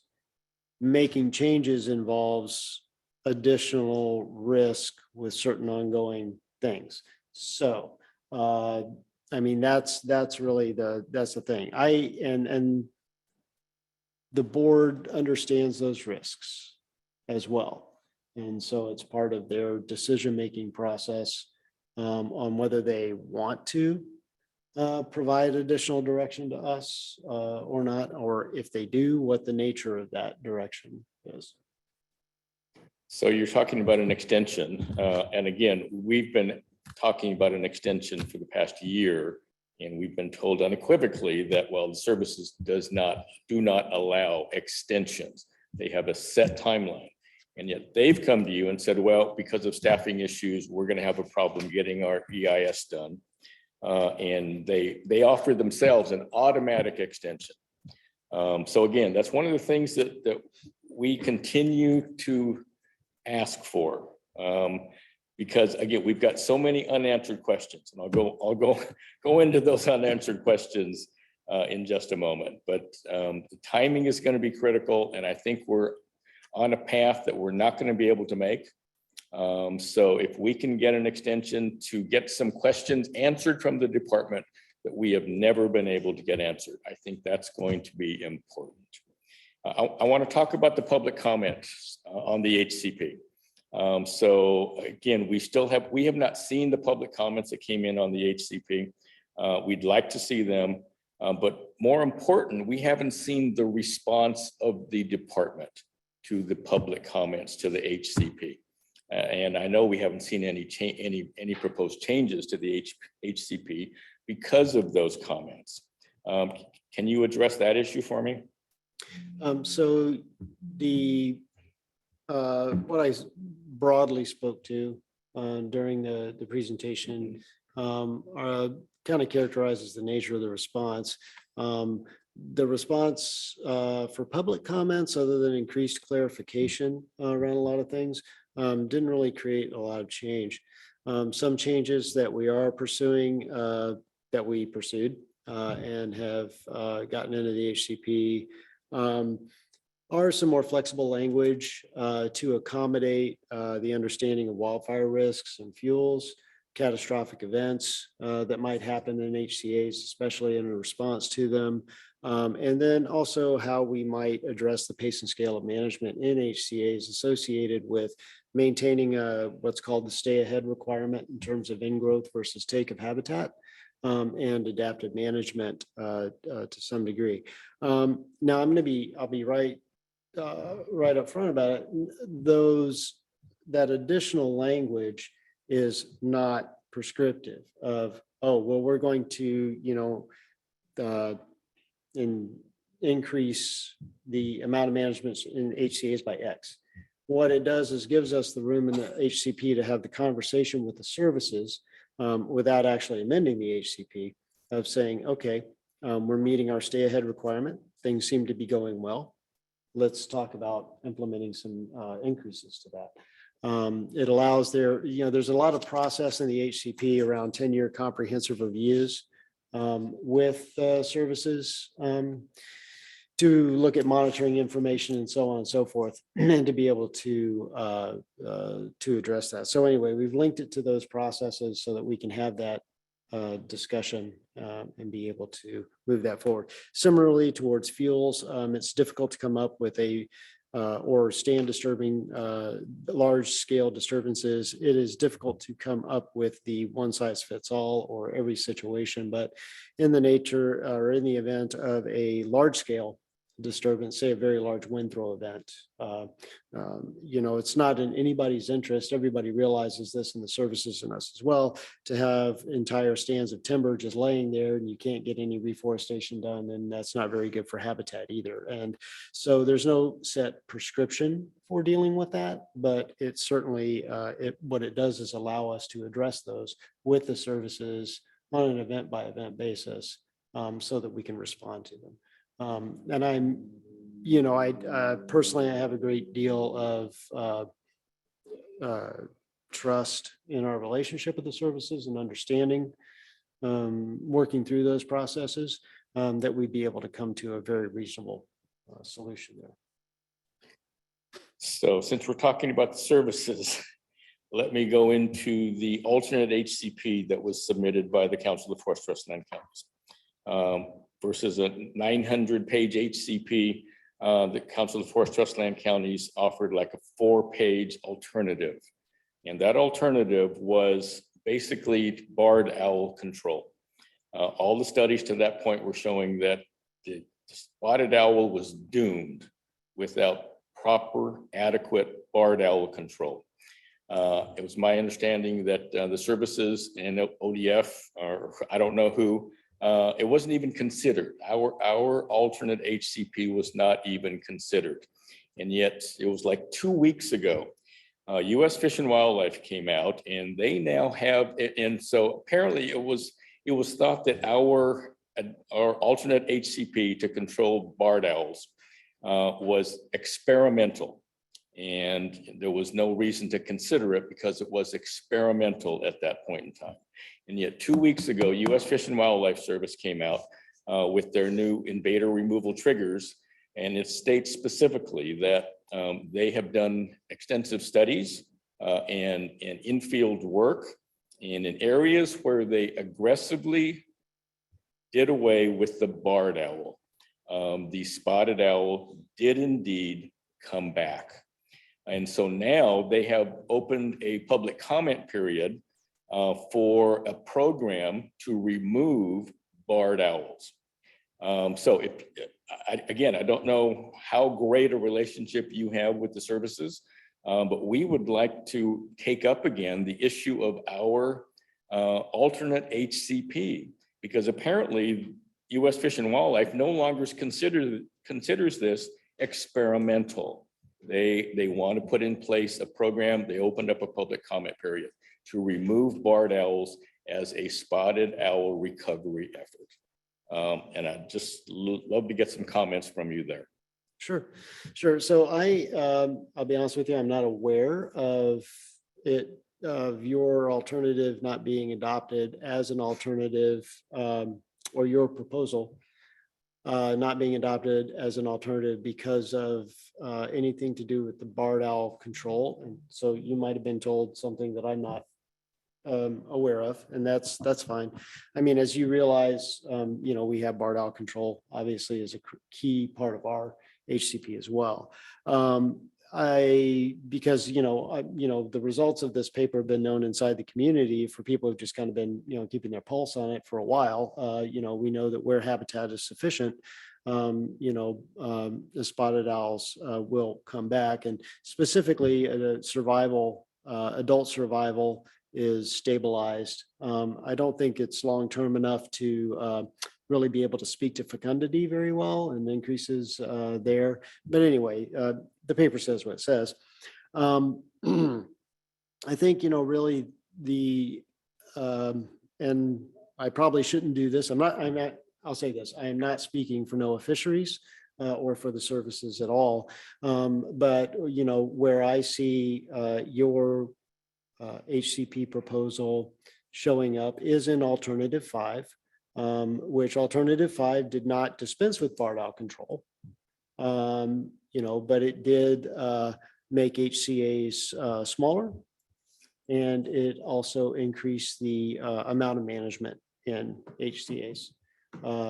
Now, I am not familiar with all of the details of what they did in terms of making HCA smaller. I know as much as what you know in reading the draft EIS as to how that proposal is put together.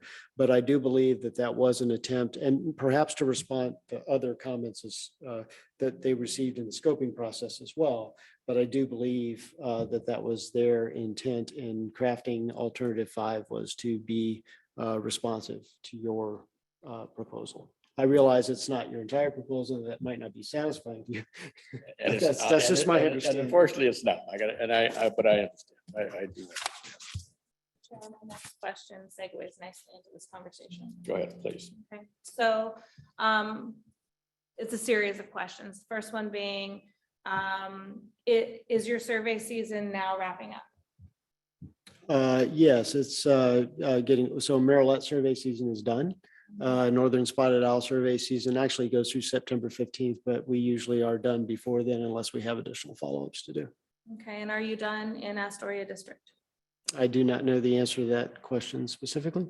Okay, up to this point, have you found any owls in Astoria District? I don't know specifically. I haven't heard of any responses up there this year, but I do not know for sure. Okay, so the study is a federal study. And being that Astoria District is not anywhere near any federal lands, I'm just curious as to how ODF believes that owls will appear in Astoria District, considering we are not adjacent to federal lands. I don't even think Tillamook's not either. Our other money maker would be what, Forest Grove? Are they adjacent to any federal lands? They do have some BLM interspersed with their in the south primarily. There's a little bit in Columbia, but it's not terribly intermixed with our lands. Okay, so all of my research that I've done on the northern spotted owl has been that they migrate short distances. And so I don't feel like Astoria District and the most adjacent federal lands are a short distance. And so I'm just curious, how are these owls? I mean, so looking at the modeling data that you've given us, the modeling data is supposed to be that we have abundant owls now. I mean, it's been 2 years since the modeling data what first originated. So we've had 2 years for owls to appear. They haven't, to my knowledge. And so I'm just curious of where they're going to come from and why are we reserving so many acres in Clatsop County? As Commissioner Yamamoto stated, we're going to hit really hard in Clatsop County for something that's not there. And so I guess I'm looking for some logical reasoning that tells me that it's going to get from the federal lands and where the federal lands are having owls still all the way up to my area, where all of these giant HCAs are. And do you know how they're going to get there? Well, so dispersal distances for owls can actually be quite great, first of all. Okay, I have an example of an owl that was not that we banded, but that was banded as a juvenile and near our North Cascade district, showing up in Forest Grove in Scoggins Creek. Okay, and so how many federal land bases are between that area and where it showed up in Forest Grove? Well, given that in terms of continuous, not a lot. Given the fact that the Willamette Valley, is what I would have thought until then to be a very clear barrier. But more importantly, we have owls in Tillamook, on the Tillamook district. And so there are certainly owls, relatively close to Clatsop County as well. I don't know exactly what the nature of the conditions are on federal lands with owls in South County, Tillamook, but they are there. Anyway, I don't really think that, over the long term that the dispersal is really that big of an issue for owls, as long as they have habitat to move through to get there. Now, regarding the question about why haven't we seen an owl show up in the last couple of years? Well, we haven't been implementing barred owl control anywhere on our lands except for the study area that we're a part of, which is in the Western Lane district. And even that hasn't had barred owl actual removal in the last couple of years. So I guess I was just seeking proof to support your modeling data, more so than to get down the bunny hole of talking about individual owls. Your modeling data states that we should have abundant owls and therefore mitigate the risk and have, certainty. And I keep asking for modeling data that is supportive of what is actually happening on our landscape. And I'm hopeful that the Board of Forestry will request that modeling data, because I sense that the level of certainty that is provided through this HCP, if it was compared to the actuals on the landscape in a different modeling data set, I think that the Board of Forestry or even the counties would lean further towards no action, just because what happens, and to your own policies, if a circle is vacated after a certain number of years, that circle is then offered up again for harvest. And then potentially another circle is created. But instead, with this 70-year plan, we're locked in. So even if it's vacated and there is nothing there, we're still stuck with it for 70 years. And so that's why I keep asking for modeling data that supports the actuals. And you've provided an acknowledgement of, well, you haven't heard of any owls coming into those circles that we've set aside. And we're now on the 5th year. And your policy states that you'll consider vacating after the 5th year. And so my hope and my dream is that, you know, we could vacate that and I could save, I don't know how many jobs.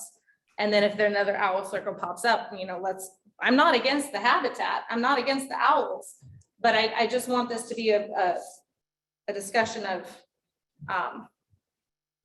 logic. Chair Kelly, you've got your hand up. Thank you, Commissioner. You know, Mike alluded to the fact that the Board of Forestry has got quite a challenge with this HCP, and I want to talk about that a little bit. I feel like in so many ways we're between a rock and a hard place, and I know I've mentioned this before, but I want to reiterate a couple of things.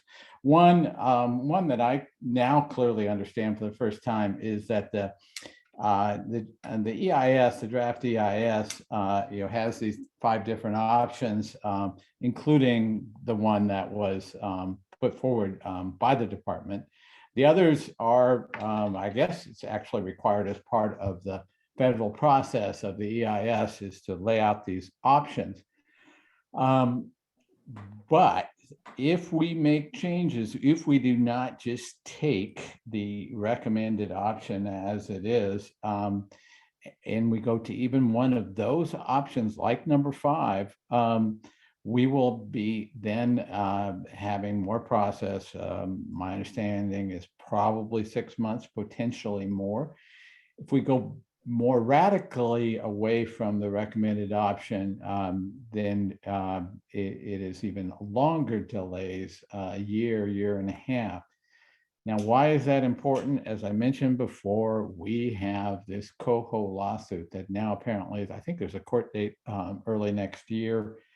We don't know what will happen there. If we lose that suit, if the state of Oregon loses that suit, we will cede control to a federal judge, is my understanding, of the state forest. We are likely to see pretty severe restrictions on steep slope to harvest and God knows what all else.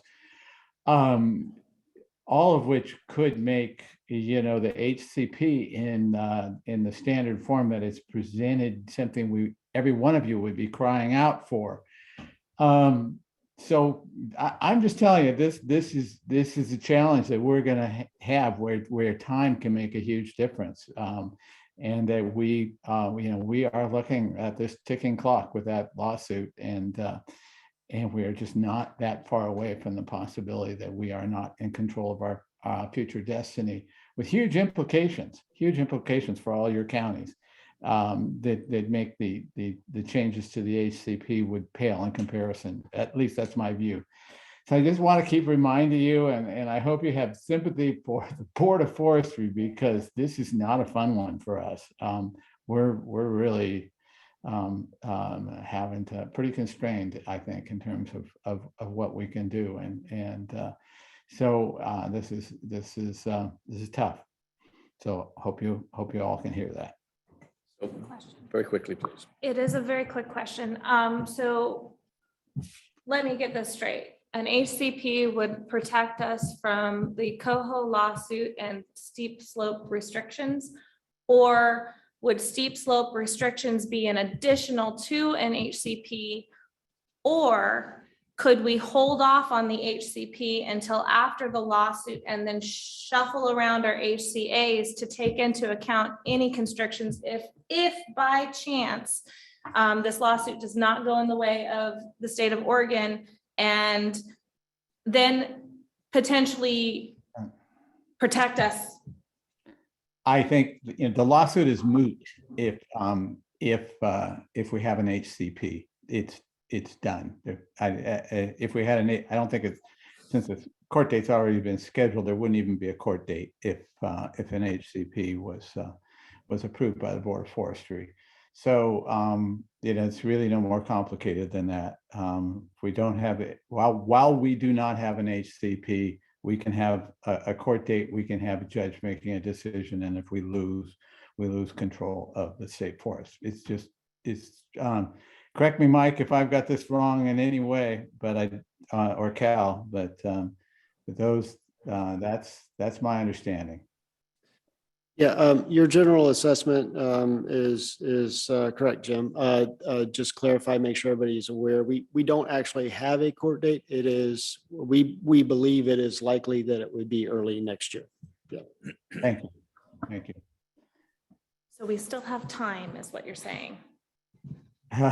Not really. I mean, if we have a court date that is early next year, and the earliest we could adopt an HCP would be July, correct? And that's if we don't make any changes. And then we've had this delay by on the EIS, a 6 months delay. So we're very compromised today on this issue. Yeah, the uncertainty in the timeline there for that litigation is when it goes to trial, how long trial takes, and then how long it takes the judge to make a decision. They could turn around, and he could turn around decision quickly or maybe not. But given the fact that he did not grant the last stay that we requested, we feel like he has a desire to move this off of his docket. So yes, that's all we know. Yeah, there are a lot of moving parts here, so none of us can predict exactly, but how it'll all go. But to dismiss this threat would be foolish, I think, for any of us in our considerations of how we move forward.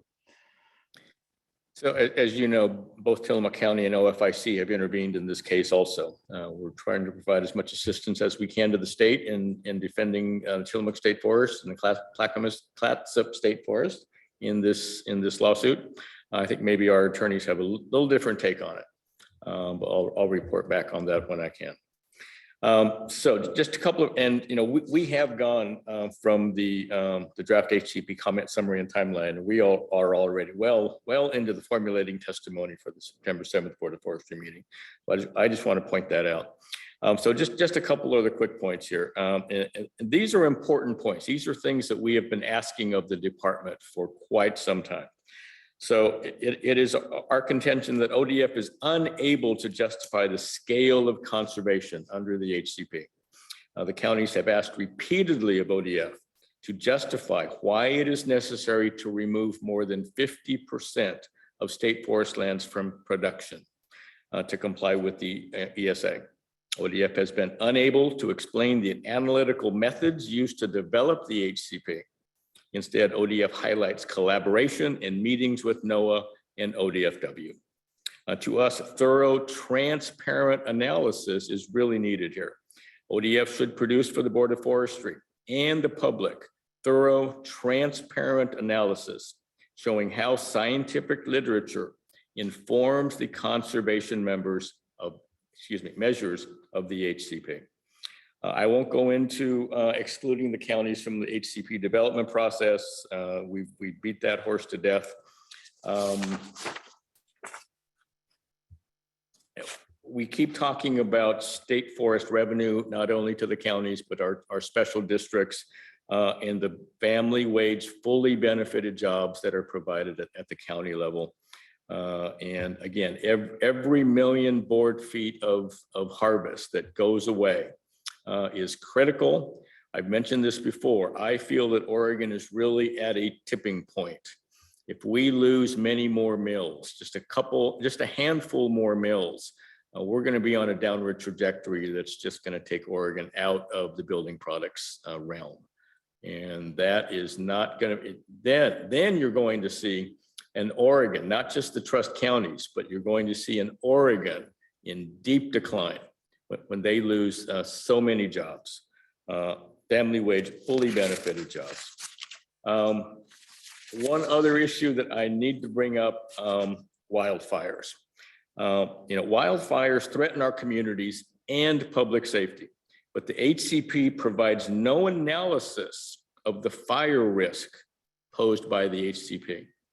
Further, the HCP does note secure adequate management flexibility to mitigate fire risk or uncover or recover from fire damage.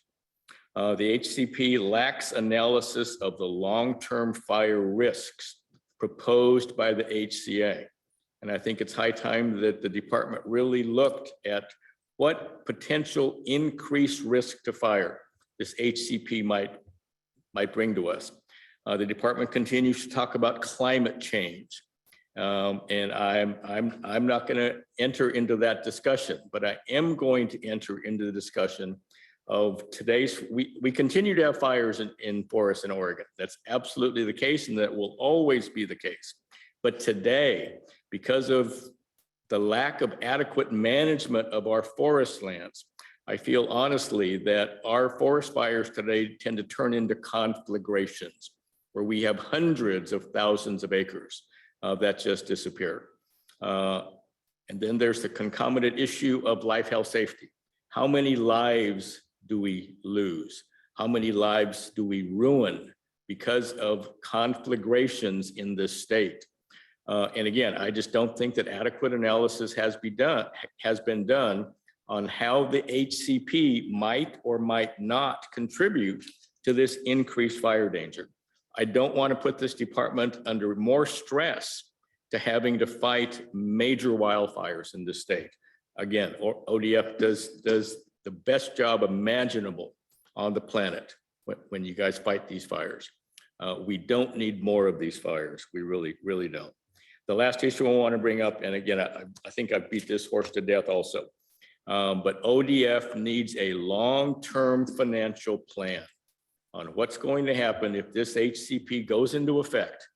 You need to look, and I would like to see it in writing and in flow charts on how many people are you going to have to release from employment at ODF moving forward. This is what the counties are already doing. We're already looking at these scenarios. I've been in conversation with all of my special districts, all 20 special districts in Tillamook County, telling them that they need to be able to move away from timber revenue off of the Tillamook State Forest, because it may or may not be happening. It may be cut in half, and that's not a pleasant situation. It's not a good place for counties to be. That's why I feel that this HCP, as it stands, again, I'm going to ask for an extension here. I'm not asking for any changes at this point. I'm asking for an extension so that we can continue to work with ODF to get these questions that we have never gotten answered appropriately. So those are my comments. I see Commissioner Banks has her hand up again. Surprise, surprise. So just kind of following along there, I have an ask. And you mentioned the FMP and you mentioned the HCP and how they're going to be working together come the future. And I've heard board members speak to clear cuts or wanting to be done with clear cuts. And I have kind of a question. When I look at, I'll just circle back to an analogy because I'm good at those. Like my husband, he brings home his salary and it pays the meat of the bills. And then my salary comes in and it pays for the extras.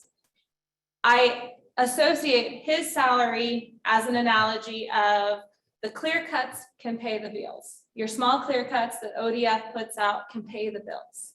But then your thinnings are kind of like my salary. It's the extras. Because we have the clear cuts, we are able to have the ability to do these thinnings that really don't make any money.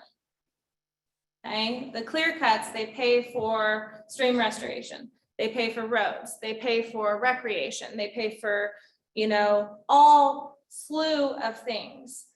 And these thinnings really don't pay for anything. You might break even. And this is an assumption. This is my brain thinking in pictures. And so when we look at this HCP, we've eliminated a giant portion of the ability of having these small clear cuts that ODF does that are very, you know, healthful for our elk populations and very healthful for a number of wildlife populations. And instead moving towards this thinning structure. And what I see is that though this plan may look great on paper to a number of folks, that it's not going to be able to pay for itself. And that we're going to end up having to remove roads or stop working on roads or whatever it is you call it when you have to like leave the roads alone and the weeds grow over. I feel like you're going to have to stop doing the fish stream restoration and the culvert restoration, and that you're going to stop doing the ladder ditches that my kids are absolutely fascinated about, because you're not going to have the money in order to do so. And so then these areas that originally thought to be thinned, potentially in and outside of the HCAs, aren't going to be. And we're going to be in a pickle. So I guess my ask is that when you come back and you're talking about how the FMP associates with the HCP, I want to know how we're going to be paying for all the thinnings that you guys are prescribing within this HCP plan, because I don't think you can pay for it. And I want to see how you're going to be paying for all of the extra commitments that you've committed yourself to in regards to fish restoration, in regards to roads, and in regards to just health and well-being of the forest. I want to know how you're going to pay for it.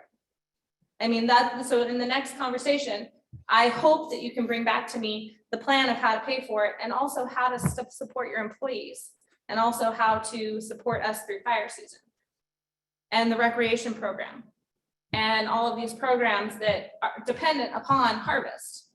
I want to know how we're going to pay for it, because there's a lot of commitments in there that feel like my little piddly extra salary isn't going to go that far.